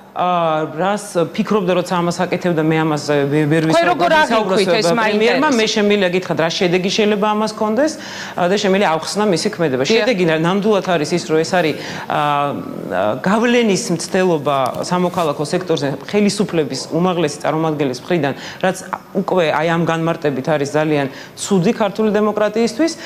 მე შემიძლია გითხრათ ჩემ მოსაზრება, რატომ თქვა მოხდა ეს. ეს არ არის პირველი შემთხვევა, როდესაც პრემიერი აფიქსირებს თავის დამოკიდებულებას სამოქალაქო სექტორის მიმართ, მეტიც მას განზრახული აქვს, რომ პრემიერობის შემდეგ კი გადავიდეს, მაგრამ მნიშვნელოვანია რა ამოცანით და რა სურვილით გადადის იქ და აქ იმალება მთავარი პრობლემა მისი დამოკიდებულება ზოგადად სამოქალაქო სექტორის მიმართ. მისი სურვილია რომ განავითაროს ეს სამოქალაქო სექტორი, განავითაროს ექსპერტების დონე, პასუხისმგებლობის ხარისხი, არ ვიცი, ბევრი იყო ამაზე საუბარი, ზოგადად აწიოს საქართველოში პოლიტიკური კულტურა და მათ შორის სამოქალაქო სექტორში. ეს დამოკიდებულება არის ძირში მცდარი, იმიტომ რომ სამოქალაქო სექტორი დემოკრატიულ სახელმწიფოში ვითარდება, ვერავითარ შემთხვევაში ვერ განვითარდება ერთი თუნდაც ძალიან კარგი ადამიანის ცდელობის შედეგად. ეს ერთი. მეორე, ადამიანი, რომელსაც აქვს ძალიან ბევრი ფინანსური რესურსი, ყველაზე მეტი ჩვენ ქვეყანაში, პლუს აქვს ძალიან კონკრეტული პოლიტიკური αφილიაცია, თუნდაც მას შემდეგ, რაც წამოვა პრემიერ-მინისტრობისგან, მისი მცდელობა რომ განავითაროს სამოქალაქო სექტორი, ეს არის მისი მცდელობა აკონტროლოს სამოქალაქო სექტორი. იმიტომ რომ რაც არ უნდა კარგი და გულწრფელი დამოკიდებულება ქონდეს რაღაც საკითხების მიმართ, დემოკრატიის არსია, რომ ეს არის პლურალისტური საზოგადოება, ანუ ყველას თავისი დამოკიდებულება აქვს და ერთი ადამიანის კარნახით ეს დამოკიდებულებები არ უნდა ყალიბდებოდეს. ძალიან დიდი მადლობა. წარმატება მინდა გისურვოთ, ქალბატონო ელენე, მაშინ ეს იყო ელენე ხოშტარიას, თუ რამდენიმე წუთში კი მე იგივე კითხვას პირველ რიგში დავუსვავ ჩვენ სტუმრებს, მაშასე ნინო ბურჯანაძეს წარმოადგენს გიგლა ბარამიძე, დავით ბაქრაძის საარჩევნო შტაბის ხელმძღვანელი არის ბატონი ალექსანდრე კვიტაშვილი, ქართულ ოცნებას წარმოადგენს ბატონი არმაზი. ასე რომ დავბრუნდებით სულ რამოდენიმე წუთში და ალბათ გვექნება ძალიან საინტერესო მსჯელობა. შედგება თუ არა მეორე ტური და თუ შედგება ვის შორის. მთავარი სამეული, რაც აი ამ მონაცემებით იკვეთება, არის ოცნება, ნაციონალური მოძრაობა და ბურჯანაძე. დემოკრატიული მოძრაობა. შესაბამისად, მოვიწვიეთ სწორედ ეს სამეული, ვის დარჩება არჩევნებში გამარჯვება რამდენიმე წუთში დავიწყოთ.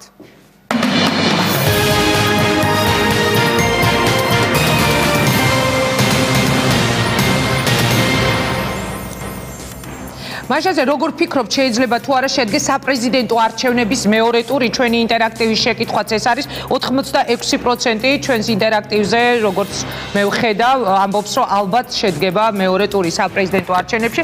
გიორგი მარგველაშვილი 39%, ბაქრაძე 18%, ნინო ბურჯანაძე 7%. ნინო ბურჯანაძემ დღეს სამარცხვინო კვლევა უწოდა ამ კვლევას. მოდი დავიწყოთ მე პირველ ადგილზე მყოფი ამ კვლევების მიხედვით ოცნებიდან ბატონო არმაზ, როგორ ფიქრობთ, შედგება თუ არა მეორე ტური? თავისთავად ის მაჩვენებლები, რომელიც ახლა აქ არის დაფიქსირებული NDI-ის კვლევების მიხედვით, იმ დასკვნის გაკეთების საფუძველს იძლევა, რომ ალბათ მეორე ტური იქნება.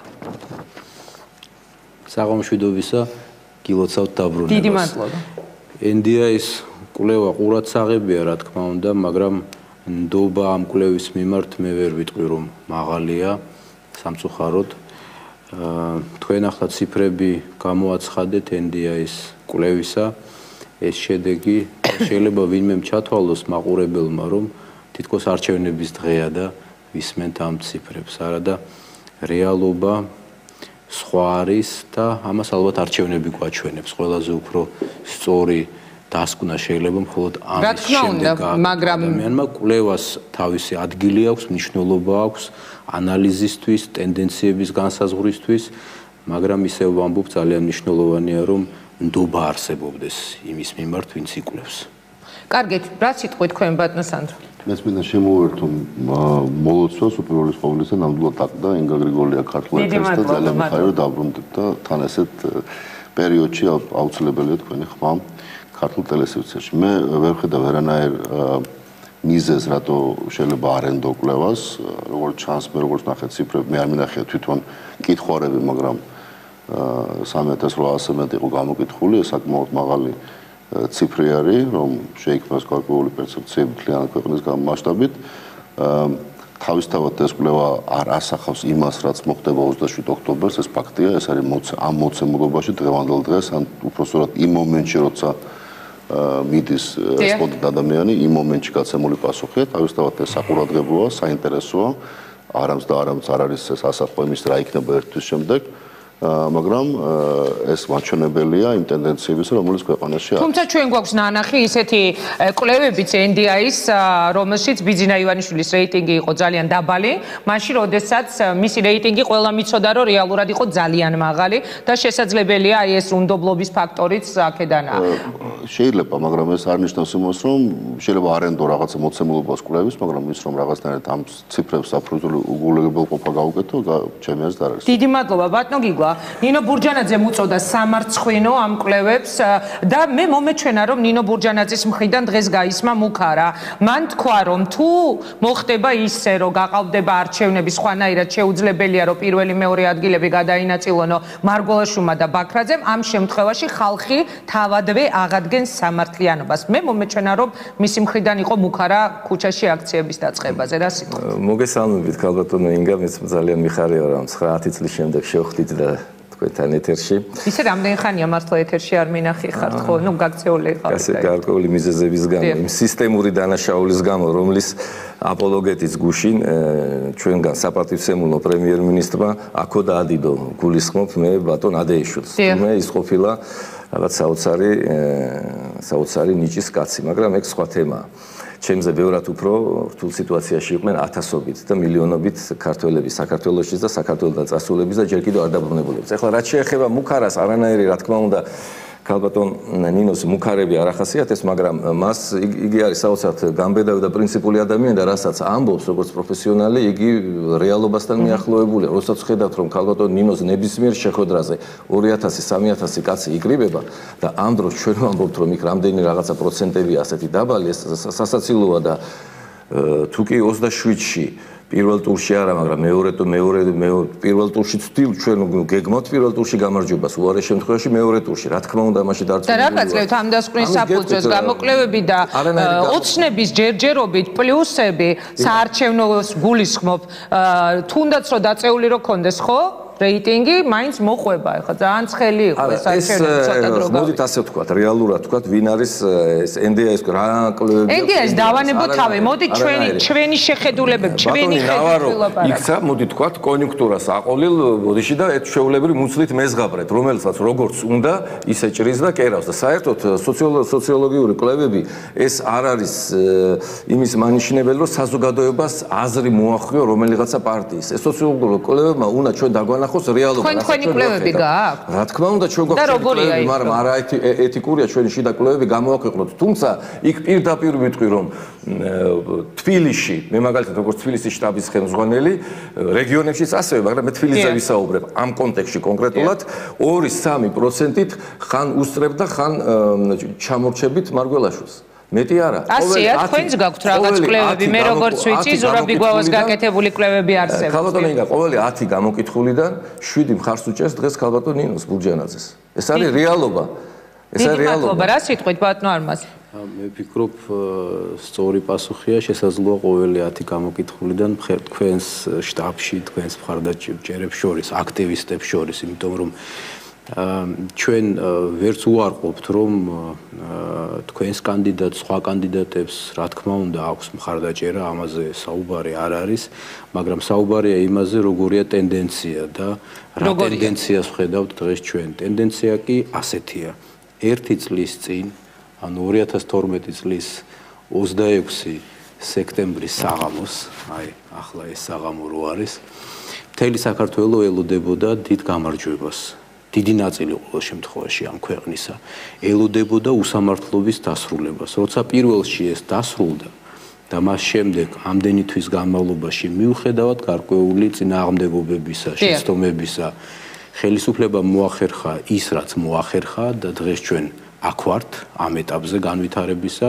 ვფიქრობ, რომ ჩვენს ამომრჩეველს ნამდვილად არ გაუჭირდება არჩევანის გაკეთება და სწორედ ეს მაძლევს მე თავად იმის საფუძველს, რომ განვაცხადო. არავითარი მეორე ტური ცხადია არ იქნება.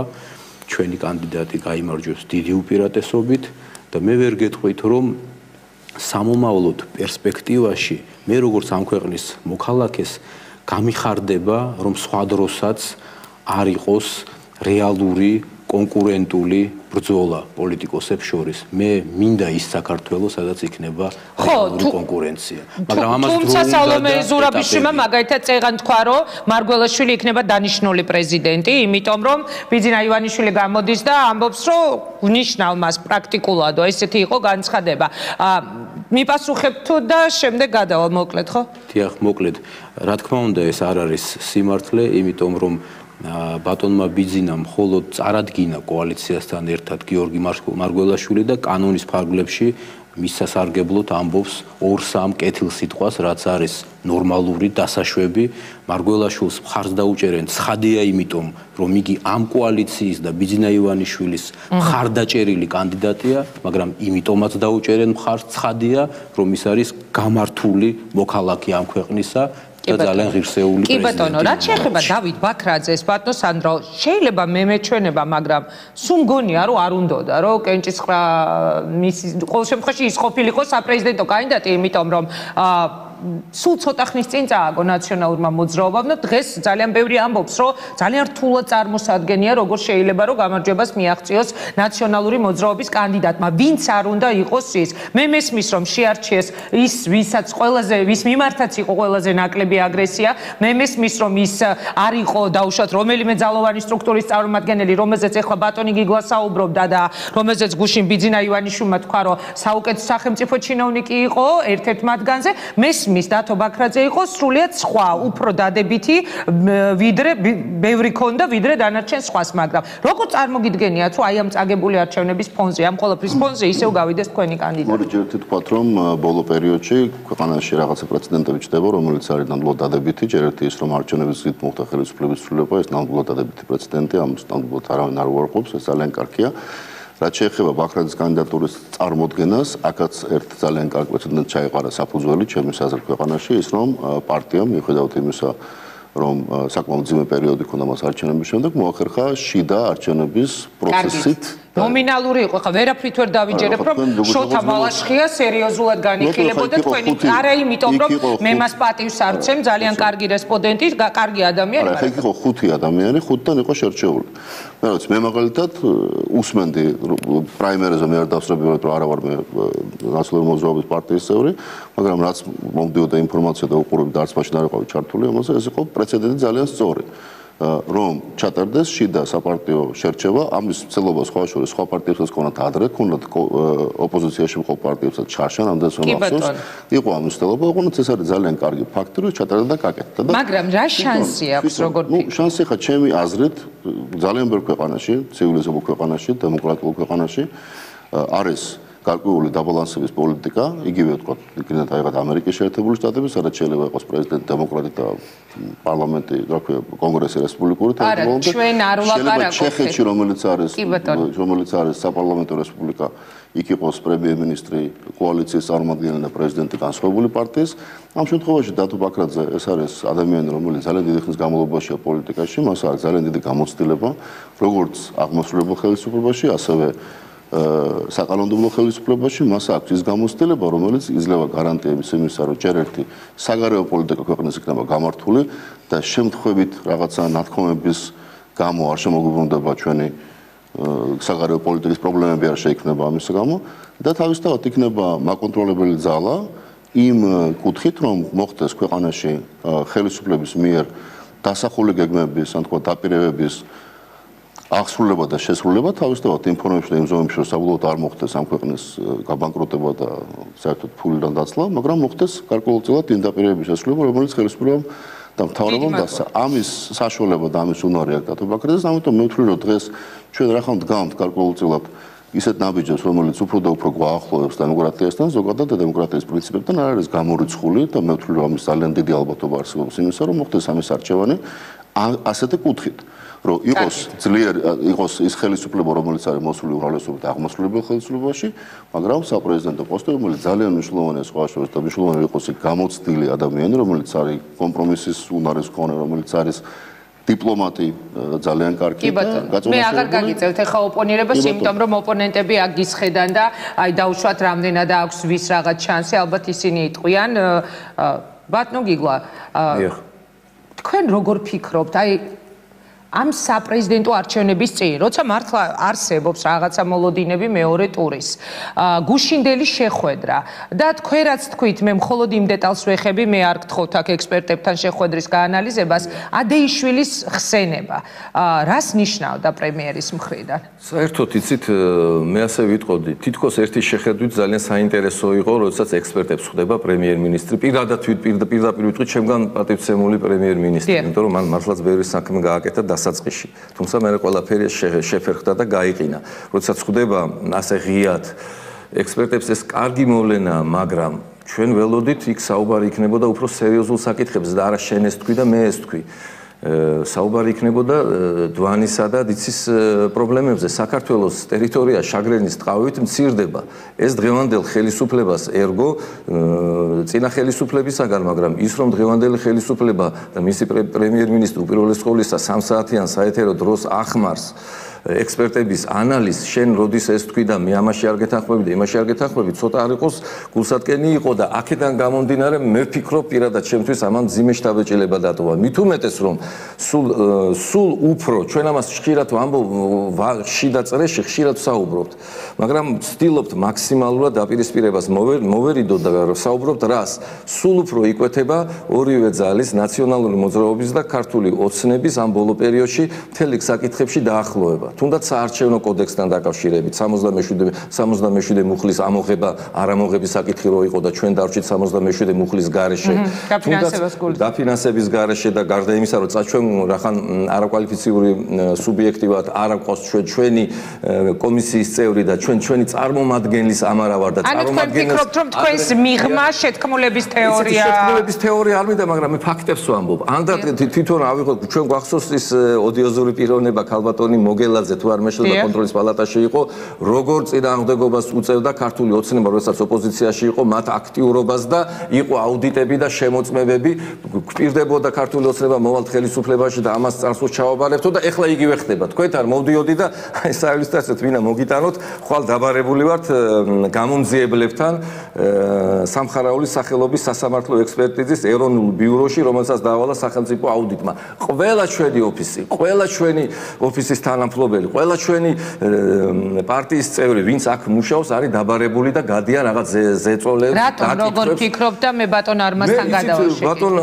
ბატონ არმასთან და ჩვენს კოლეგებთან მხოლოდ სიმპათიები, ჩვენ თბილისში სადაც ქონია კონტაქტები, მაგრამ მე ვფიქრობ, რომ ეს არის შიში, მეტოქის შიში, ნინო ბურჯანაძის შიში და თუნდაც ის ფაქტი, რომ რეგიონებში მე შემიძლია სია გადმოგცეთ მერაბიშვილის და უტიაშვილის აქტივისტები შინაგან საქმეთა სამინისტროდან შტაბში გადადიან ქართულ ოცნებაში და მათთან თანამშრომლობენ უკვე, მე შემიძლია წარმოვადგინო ეს კიდევ რაღაცის მანიშნებელია. თუნდაც ის რომ ეს უკვე ლირიკაა, მაგრამ სუფრაზე ნაციონალური მოძრაობის წარმომადგენლები ადრე მიშა სადღეგრძელოს სვავდნენ და ეხლა მარგველაშვილის სადღეგრძელოს სვავენ, ოღონდ ბურჯანაძე არ მოვიდესო.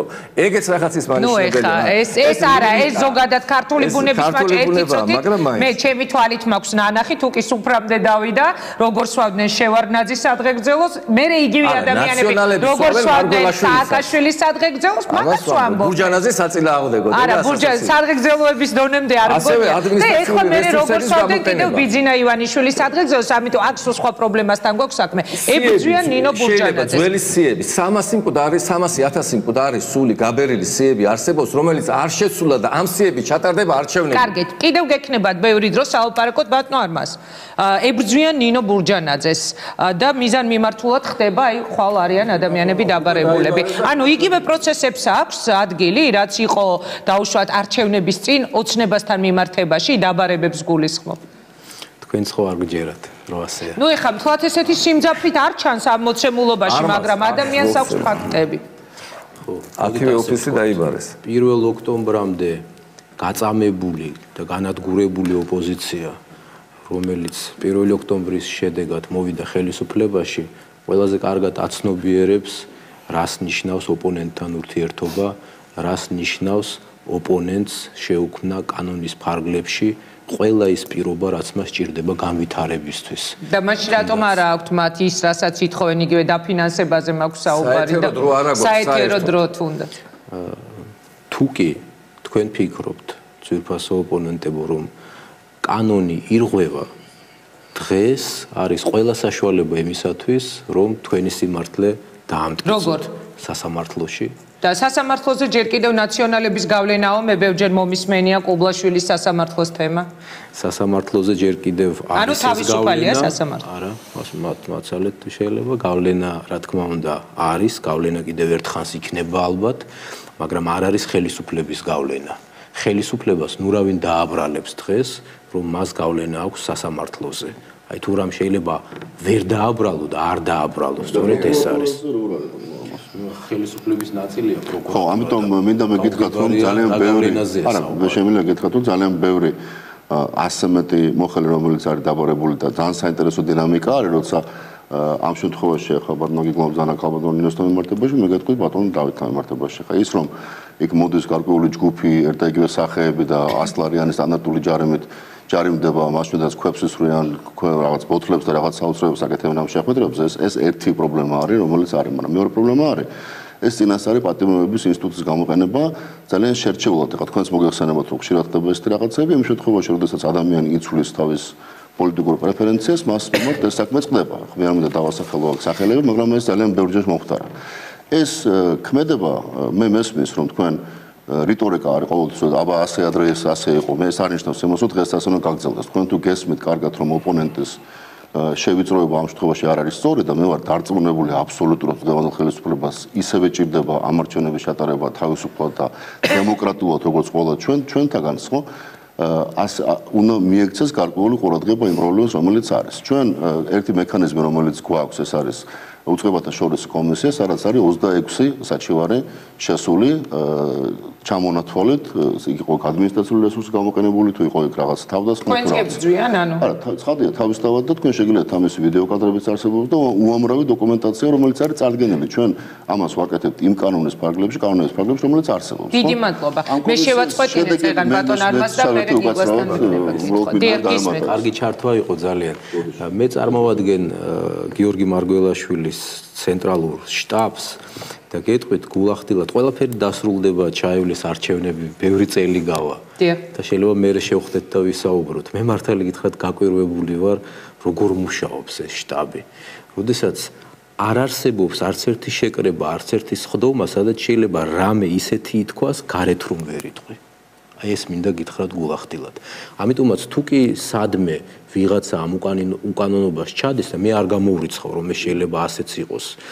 მე ვფიქრობ, რომ ეს იმ სენის ბრალია, რაც ასე მოედო საქართველოს წლების განმავლობაში, როდესაც ვიღაცას ძალიან უნდა რომ აჩვენოს როგორი კარგია და ჩვენ მოგვაჩვენოს თავი. კარგი, როგორი კარგია, როგორც იყო წინა ხელისუფლებაში, ერთი წუთით.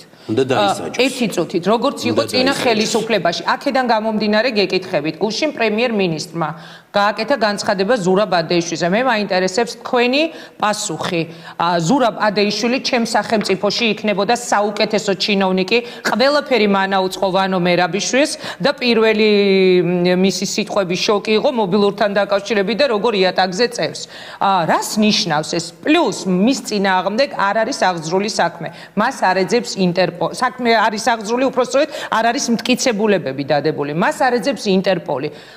წინა ხელისუფლება ახსენეთ თქვენ. ყველა გზა მე როგორც ირკვეოდა, მიდიოდა ადეიშვილის კაბინეტამდე. რას ნიშნავდა გუშინდელი განცხადება? მე გულახდილად გიპასუხებ, ზურაბ ადეიშვილს ძალიან კარგად ვიცნობ, დიდი ხანია ვიცნობ. ვეთანხმები იმ ნაწილს, რომ ის არის ნიჭიერი ადამიანი, მაგრამ ნიჭიერება არ არის საკმარისი. იმ გამრუდებული სისტემის ერთ-ერთი მთავარი შემოქმედი იყო ზურაბ ადეიშვილი. და პრემიერის მხრიდან ესეთი მისი ქებადიდება ამ წინა საარჩევნო თუ არ დააბნევდა? ქებადიდება ვერ დავინახე, ვერ მოვისმინე, ეს იყო კონკრეტული შეფასება ადამიანისა, ვინც სისტემის რეფორმირებაში მიიღო მონაწილეობა, ეს უდაოდ ასეა. ადეიშვილის წინააღმდეგ თუ კი ვთქვათ არ არსებობს მტკიცებულებები და რა ხდება ეს გამოძიების თემაა, მე ამაში არ ჩავერევი, მაგრამ მე ვსაუბრობ როგორც ერთი მოქალაქე ამ ქვეყნისა, რაც ჩემს ქვეყანაში წლების განმავლობაში ასე მრუდად ვითარდებოდა, ამის ერთ-ერთი შემოქმედი ჩემ და სამწუხაროდ იყო ზურაბ ადეიშვილი. და ალბათ იმიტომაც გაუკვირდათ ხო თქვენს ოპონენტებს, გისმენთ ბატონო გიგო? ეს ამ თემას თუ განვაგრძობთ, ეს ალბათ ისეთივე კონტექსტში უნდა განვიხილოთ, როგორც რამდენიმე ხნის წინ იგივე ლიდერმა ოცნების ახსენა რომ ნაციონალური მოძრაობის წევრები იგივე ჩვენი სხეულის ნაწილები არიან და სხვადასხვა ესეც რაღაცა ცოტა ბევრ შეკითხვას ბადებს. ეხლა ძალიან ძნელად წარმოსადგენია ქარდავები და ისინი ვინც 22000 ფაილები დადო და ვინც ახშივარდებოდნენ ხალხს და გაუპატურებოდა სხვადასხვა ხდება. ეს სისტემური დანაშაული როდესაც ხდებოდა, ყველა ესენი არიან კანონისგან აბსოლუტურად პასუხისგებისგან დაცილებული. რაღაცა ეს ცოტა დიდ მე მაგალითად გეტყვით თბილისში დღეს ძალიან ბევრი შეკითხვა ისმოდა პრემიერის მიმართ. რა შეკითხვა? უარყოფით კონტექსტში. რატომ? რატომ? იმიტომ რომ ხალხმა არ მიიღო ის, რაც გუშინ ადეიშვილის მიმართ იყო ნათქვამი. მაშინ რას ვერჩი ჩვენ ბაჩუკი თუ რა ქვია იმ ძმები რო არიან დაჭერილი. ახალაიებს გამოუშვათ, მერაბიშვილს გამოუშვათ, ახალაიაც, იმიტომ რომ თავი და თავი ამის ერთ-ერთი ამ სისტემის შემქმნელი არის ადამიანი, რომელსაც ინტერპოლი არ ეძებს. მე არაფერი არ დამიშავებდა, 9 წელი ინტერპოლი მეძებდა და რისთვის მეძებდა დღემდე ვერ გამიგია და მე ჩემ თავს თავი დავანებოთ აქ პირაზე არა საუბარი მაგალითისთვის ვამბობ და როგორ შეიძლება სახელმწიფო რომელიც ამბობდა ამდეს ბოლოს და ბოლოს ქართული ოცნება ძალიან ღირსეული ადამიანები მათ ერთ-ერთი წარმომადგენელი ჩვენთან აქ ბრძანდება რითი მოვიდნენ ხელისუფლებაში რომ დაპირდნენ მოსახლეობა სამართლიანობის აღდგენას და უსამართლობის ჩამდენთა დასჯას ეს არის კანონის დემოკრატია რა არის კანონის უზენაესობა ხო და როდესაც ერთ-ერთი სულის ჩამდგმელი დანაშაულის სისტემის უცბად აღმოჩნდება ნიჭიერი და შესაძლებელია ხვალ ის დაბრუნდეს საქართველოში ინტერპოლი არ ეძებს თურმე ისეთი ნიჭიერია რომ უნგრეთში კანონებს წერს რაზეა აი ეს შეკითხვები იყო დღეს თბილისში და კიდევ მე ბატონი კუიტაშვილი უპასუხებს უწყებათა შორის კომისიაზე მე მაგაზე მე ვისაუბროთ არა თუ შეიძლება თქვენ ძალიან მნიშვნელოვან თემას შეეხეთ იმიტომ რომ გუშინდელის გამოყოლიშია დღეს ქვეყანა პრაქტიკულად ამ განცხადებაზე უპასუხეთ და მე მინდა იგივე ადეიშვილის თემაზე შემდეგ კითხვა დაუსვა დავით ბაქრაძის საარჩევნო შტაბის ხელმძღვანელს აი ეს კითხვები ქონდაო ხალხსო მე არ ვიცი რატომ ვერ გაიგო საზოგადოების ნაწილმა თუ ვერ გაიგო ეს აქცენტები რაც გუშინ დაისვა არა ზოგადად სამართლიანობის აღდგენასთან დაკავშირებით ალბათ თქვენს ხსმენიათ რომ ძალიან ბევრი პრეტენზია ისმის ზოგადად მე ვფიქრობ რომ მთავარი მოხდა ჩემთვის ძირითადი არის მაგრამ იმისთვის ვისაც ბიზნესი წაართვეს ვიღაცას იმისთვის ვისაც ქონება წაართვეს ის ვისაც მოუკლეს ოჯახის წევრი და უნდა რომ დაისაჯოს მისი მკვლელი იმათვის აღდგა შეიძლება არმაზისთვის აღდგა სამართლიან პირობითად ვამბობ არანაირი ის ირონიით არ ვამბობ ან გიგლასთვის ან ალექსანდრესთვის მაგრამ აი ვიღაც პეტრესთვის ხო არ აღდგა აი ამაშია საქმე ჩვენ ყველა ვჩქარობთ მაგრამ შეუძლებელია ვიჩქაროთ ისეთ საქმეში, როგორიცაა ურთიერთობა 10,000-ობით ადამიანთან, შენს თანამოქალაქესთან. უკვე კარგად ითქვა, რომ ადამიანების დიდი ნაწილი მართალია იყო ჩართული დანაშაულებრივ სისტემაში, მაგრამ ზოგი პირდაპირ, ზოგი ირიბად. ყველაფერი უნდა იყოს დადგენილი. მე არ მგონია, რომ სწორი იყოს დღეს ვინმეს მოთხოვნა, რომ დავერიოთ ახლა საზოგადოებას არა რა თქმა უნდა ეს არის შეუძლებელი წარმოუდგენელი სწორედ ამას გულისხმობდა ვფიქრობ პრემიერ-მინისტრი როცა ამბობდა რომ ნაციონალური მოძრაობის წევრებიც ჩვენი ქვეყნის შვილებია მე ვეთანხმები ამ განმარტებას საერთოდ უნდა მე თქვენ ამას არ გეუბნებით მაგრამ მიმართავ ნებისმიერ ჩვენს ახლა მსმენელს და მაყურებელს უნდა დავივიწყოთ უნდა შევიზაროთ სიძულვილის ენა. არ შეიძლება ეს ენა დაღუპავს საქართველოს. არ შეიძლება დღეს თუ ჩვენ ვიმარჯვებთ, ხვალ სხვა გაიმარჯვებს, ზეგს სხვა გაიმარჯვებს. არ უნდა გადავაყოლოთ ამ გამარჯვებას, ამ პოლიტიკურ ამბიციას არ უნდა გადავაყოლოთ ქვეყანა. არ შეიძლება დააშავა იმ ხალხმა, დააშავა ნამდვილად. გავწამდით ჩვენ წლების განმავლობაში, ბევრი დაკარგა ამ ქვეყანამ, მაგრამ არ შეიძლება რომ ახლა ჩვენ ანგარიშწორება დავიწყოთ. რა თქმა უნდა, თავარი დამნაშავეები ვერ გაექცევიან ვერაფრით მართლმსაჯულებას. ეს ცხადია და ეს პროცესი მიდის და გაგრძელდება კიდევ. მაგრამ ყველა ადამიანი, ვინც ნაციონალური მოძრაობის აქტივისტი იყო, წევრი იყო და ამას აკეთებდა იდეური მოსაზრებით, რაღაც სხვა მოსაზრებით, ადამიანური მოსაზრებით ამ ადამიანების მიმართ ჩვენ უნდა გქონდეს ჩვეულებრივი ადამიანური დამოკიდებულება. მე ვიტყოდი პატივისცემაც კი არ შეიძლება სხვანაირად. ჩვენ არ უნდა გავყოთ ეს ქვეყანა. ძალიან პატარაა საქართველო. მე არ მინდა არც ერთი პოლიტიკა. დღესვე წავალ პოლიტიკიდან, თუ კი დაიწყება ქვეყნის გაყოფა ამ ნიშნით. ის ვინც ნაციონალურ მოძრაობაში იყო გუშინ და დანაშაულს ჩადიოდა 1 ოქტომბრამდე მე ამას მას გულახდილად ვეუბნებოდი დღეს მის მიმართ მაქვს სიბრალული და არ შეიძლება რომ ჩვენ შევიძულოთ ერთმანეთი ჩვენ უნდა შევიძულოთ უსამართლობა მაგრამ არ შეიძლება შევიძულოთ ადამიანს გასაგებია მაგრამ აქ ჩვენ ადეიშვილზე ვსაუბრობდი და ადეიშვილზე უკვე მოგახსენეთ ჩემი აზრი მის წინააღმდეგ რაღაცას მტკიცებულებების წარმოქმნა ეხა არ მგონია რომ როცა ეს კითხვა ისმება რომ მაინც და მაინც ქვეყნის გაყოფას ნიშნავდეს და საზოგადოებას თუმცა სიძულვილის ენაში მე აბსოლუტურად გეთანხმები იმიტომ რომ ის რაც ბოლო პერიოდში ჩვენს ქვეყანაში ხდება პოლიტიკურ ნიადაგზე და რაც ხდებოდა სხვადასხვა შეხედულებების ადამიანებს შორის ეს შეეხო მე მგონი ყველას. ბატონო ალექსანდრე რა კითხვა მინდა რომ დაგისვათ აი როცა ისმის ამდენი პრეტენზია ხო იგივე სამართლიანობის აღდგენაზე ძალიან ბევრი ადამიანის ფეხქვეშ გათელილ უფლებაზე ასე შემდეგ ეს ყველაფერი როგორ ფიქრობთ რამდენად შეგიშლით ხელს რომ ან არ შეგიშლით რომ თქვენ მიაღწიოთ და შედეგი დადოთ ისეთი როგორიც გინდა თქვენ ამ არჩევნებზე აქ ისმის ადეიშვილი მაგრამ არის მის ძალიან ბევრი გვარი რომელიც ასევე ძალიან სკანდალურად ჟღერდა და ეს უნდა თუ არ უნდა დათო ბაქრაძეს პასუხისმგებლობა ყველა ის ადამიანი რომელიც არის ნებისმიერი ტიპის დანაშაულში იქნება ეს სახელმწიფოს მიმართ ჩადენილი დანაშაული იქნება ეს ადამიანის ნებისმიერი ფორმით ხელყოფა მისი თავისუფლების სიცოცხლის თუ ნებისმიერი მის საკუთრების ესე ხალხი განურჩეულად პარტიული კუთვნილების ამას მე ვეძახი როგორც ამ ქვეყნის მოქალაქე უნდა დაისაჯოს ამაზე ორი აზრი არ არსებობს უნდა დაისაჯოს სწორი გამოძიებით და სასამართლოს ნორმალური სასამართლოს პირობებში ამაზე არ არსებობს სხვა გზა დამნაშავე იყო ეს ნაციონალური მოძრაობის ხელისუფლების ყოფნის დროს თუ ქართული ოცნების ხელისუფლების ყოფნა არის დამნაშავე ეს ამაზე ყველა თანხდება ის შლეიფი რომელიც შეიძლება დღეს მოყვებოდეს თქვა მძიმე შლეიფი რომელიც დღეს მოყვებოდეს ამ შემთხვევაში ამ კამპანიას ჩემი აზრით მაგიტომაც არის დათო ბაქრაძე ამ კანდიდატობის პრეზიდენტის კანდიდატობის პოსტზე წარგენილი იმიტომ რომ მას აქვს იმისი უნარი რაც ახლა ბატონი არმაზ საუბრობდა იმაზე რომ ეს გარკვეულწილად ის სიძულვილი რომელიც საქართველოს პოლიტიკამ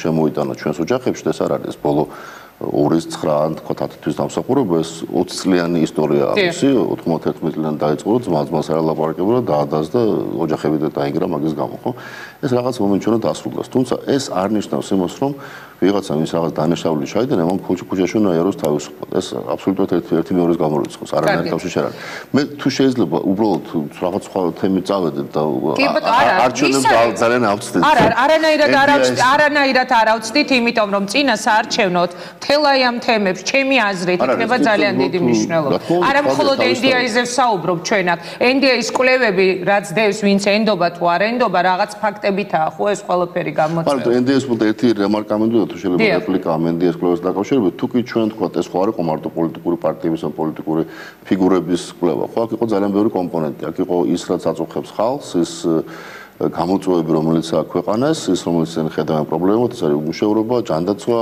პენსიები ძალიან ბევრი უზარმაზარი კვლევა არის ხარ არის მარტო ერთ კომპონენტიანი კვლევა თუ კი ჩვენ თქო უყურებთ ამ კვლევას ერთიანობაში და ვენდობით ამ არ ვიცი ამდენად ჩემი კოლეგები აქ ენდობიან თუ არ ენდობიან იმ სხვა მონაცემებს რომელიც არის მოყვანილი ამ კვლევაში ის რომ ეს არის პრობლემები ქვეყნის ტერიტორიული მთლიანობა რუსეთთან ურთიერთობის პრობლემა მილიონი რაღაც უმუშევრობა ხო ეს ფაქტია რაც გამოჩნდა თუ კი ეს ნაწილი ამ კვლევის იმსახურებს ნდობას მაშინ იგივე ადამიანის მიერ გაცემული პასუხი პოლიტიკური კონტექსტში რატო არის ნაკლებად სანდობი აი ეს არ მესმის ზოგადად ეს არის ლაპარაკი კვლევაზე თორემ მე ვიცი რომ ყველანი აკეთებს საკუთარ კვლევებს ეს აბსოლუტურად ნორმალური მომენტია სინამდვილეში ყველაზე მაგარი კვლევა იქნება არჩევნები რომელიც დადებს თავისთავად ამ რეიტინგს ამიტომ ეს კვლევა არ განაპირობებს არანაირად არჩევნების შედეგს მაგიმენტოდ კარგი ბოლო კითხვა უნდა დავსვა და თუ შეიძლება უნდა დავასრულოთ რა იქნება იმ შემთხვევაში ბატონო გიგლა თუ კი პირველ ადგილზე და მეორე ადგილზე აღმოჩნდებიან არ ვამბობ რომელისად დაუშვათ ნაციონალური მოძრაობა და ოცნება ან ლეიბორისტული პარტია და ოცნება ან ნაციონალური მოძრაობა და სხვა პარტია რომელიმე. მიუხედავად იმისა, რომ უპრეცედენტო ფაქტთან გვაქვს ეს ვერ თქვი, ადგილი, როდესაც პრეზიდენტობის კანდიდატს ნინო ბურჯანაძეს არ ეძლევა საეთერო დრო. უფასო საეცერო დრო ევროპაში არსად ასეთი რამ არ ხდება და ევროკავშირის დამკვირვებლებმა ეს არაერთხელ აღნიშნეს. კარგი იქნება თუ ამ სუბიექტია. არ აქვს მნიშვნელობა, ეს ადგილობრივ და საპარლამენტო არჩევნებში აქვს და როცა საპრეზიდენტო არჩევნებია, იქ ამას მნიშვნელობა არ აქვს. და კარგი იქნება თუ ჩემი კოლეგები ამ საკითხში დაგვიჭერენ ხარს. მიუხედავად ამისა, რომ უწყებათა შორისო კომისიაშიც ძალიან კარგი, სმარტი, ჭკვიანი ქალბატონია მინისტრი ჩვენი და ამავე დროს არის უწყებათა შორისო კომისიის თავმჯდომარე და ამავე დროს აქტიურად მონაწილეობს მარგველაშვილის საარჩევნო კამპანიაში ნაძალადევში დაყვებოდა მაგალითად საარჩევნო კამპანიაში მე მოდის და არჩევს ჩვენს მიერ მიტანილ სარჩელებს. ცოტა უხერხული მიუხედავად მრავალი ზეწოლისა. ეს ყოველთვის დაყვებოდა ნაციონალური მოძრაობის დროს და ბურჯანაძესაც დაყვებოდნენ შევარდნაძის დროს ანუ მიუხედავად ამისა ქალბატონო ინგა მიუხედავად ამისა ჩვენ აბსოლუტურად ვარ დარწმუნებული ჩვენ ძალებში ისე გვაქვს ორგანიზაციული მუშაობა წარმართული ქალაქსა და რეგიონებში ჩვენ დარწმუნებული ვართ ჩვენს გამარჯვებაში მინიმუმ მოხდება ისე რომ თქვენ აღმოჩნდებით მესამე ან კიდევ უფრო ქვედა არ აღმოჩნდებით მაგრამ ჩვენ ყავს ათასობით ხარდამჭერი გუშინ წინ მაგალითად ორ რაიონში იყო 1 საათიანი შეხვედრა 1 საათში რომ დამისახელოს რომელიმე პარტიამ პატივისცემით ყველას მიმართ 4000 კაცი შეკრიბოს 1 საათში. კარგით, დიდი მადლობა. რა სიტყვით თქვენ ბატონო არმაზ? ჯერ ერთი დაგეთანხმებით რომ ჩვენ ნამდვილად არ გადაუხვიეთ თემიდან, იმიტომ რომ სამართლიანობის თემა უმთავრესი თემაა. ეს არის რაც ყველაზე კრიტიკულად გაისმის ყველა საარჩევნო ერთი წლის წინ თვეების განმავლობაში გუნდის ხელმძღვანელი დღეს პრემიერი სახელდა რომ გავიდოდათ, ცოცხალი დაბრუნდებოდა თუ არა, არავინ იცოდა. ხომ არავის ავიწყდება. ტელემაყურებელს არ ავიწყდება, რა თქმა უნდა. თუმცა ერთი წლის შემდეგ მას ძალიან ხშირად განსაკუთრებით ბოლო პერიოდში ახსენებენ, რომ ის დაპირდა სამართლიანობის აღდგენას და ყველა თქვენი ოპონენტი დამეთანხმეთ, ვინც პოლიტიკურად აქტიურობს, აი ამ სამართლიანობის აღდგენის თემას უსვამს ხაზს, მათ შორის ნინო ბურჯანაძე, რომელიც ხშირად აცხადებს ხოლმე პრეტენზიას იმაზე, რომ არ აღდგა სამართლიანობა და ამას მე აღვადგენ. 2-3 წინადადება დამჭირდება, რომ გიპასუხოთ. სამართლიანობა აღდგენილია 1 ოქტომბრის შემდეგ და ის რომ დღეს არც ერთი ჩვენი ოპონენტი არც ერთი არანაირ ზეწოლას არანაირ ტერორს შიშს რაიმე ასეთ არსებით კანონდარღვევას არ განიცდის აბა რა არის ეს მითხარით წინა საარჩევნო პერიოდში და ის რომ საზოგადოება აღარ არის დაშინებული ადამიანები ჩვეულებრივად ცხოვრობენ მაგრამ მე არ გამოვრიცხავ რომ აქა-იქ ვიღაცა მაიმუნობს ის უნდა დაისაჯოს. ეხლა დაუბრუნდეთ ბოლო ნაწილს, ბოლო შეკითხვას ტურთან დაკავშირებით. რა თქმა უნდა, ამ საარჩევნო კამპანიის თავისებურება ის იქნება, რომ ყველაფერი ჩემი აზრით ერთ ტურში, პირველივე ტურში დასრულდება.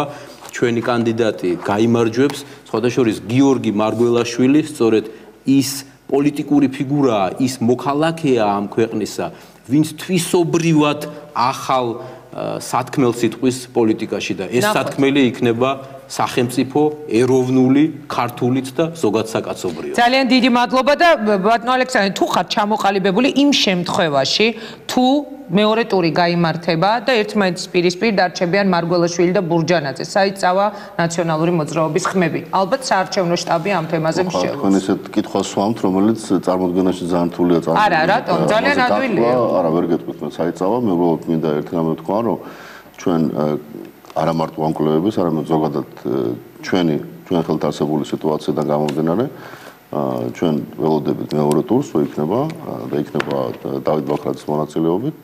ასევე ველოდებით იმას, რომ არჩევანი იქნება გაკეთებული ამ შემთხვევაში სწორი, ის რომ ჩვენ გვჭირდება დღეს გამოცდილი პოლიტიკოსი და არა ადამიანი, რომელიც დღეს პირველ ნაბიჯებს დგამს დიდ პოლიტიკაში, ან თუნდაც პატარა პოლიტიკაში.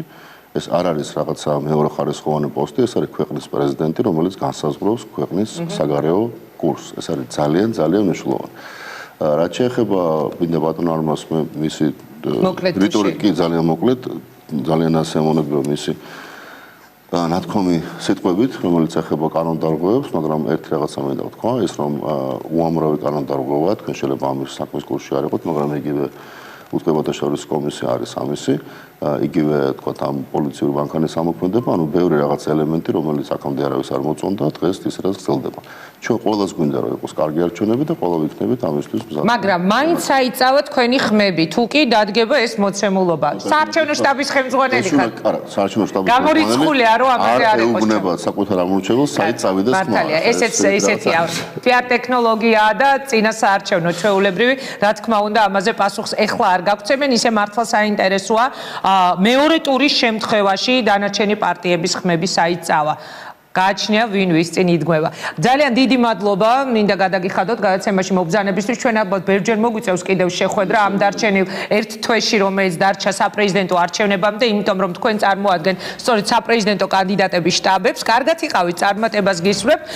მე კი მინდა რომ მაყურებელს აქვე დავემშვიდობო. ძალიან დიდი მადლობა იმისთვის, რომ გვიყურებდით. ხვალ ასევე დიდი პოლიტიკური თემებით ჩვენ დავბრუნდებით პირდაპირ ეთერში. გველოდეთ ზუსტად საღამოს 8 საათზე. ნახვამდის.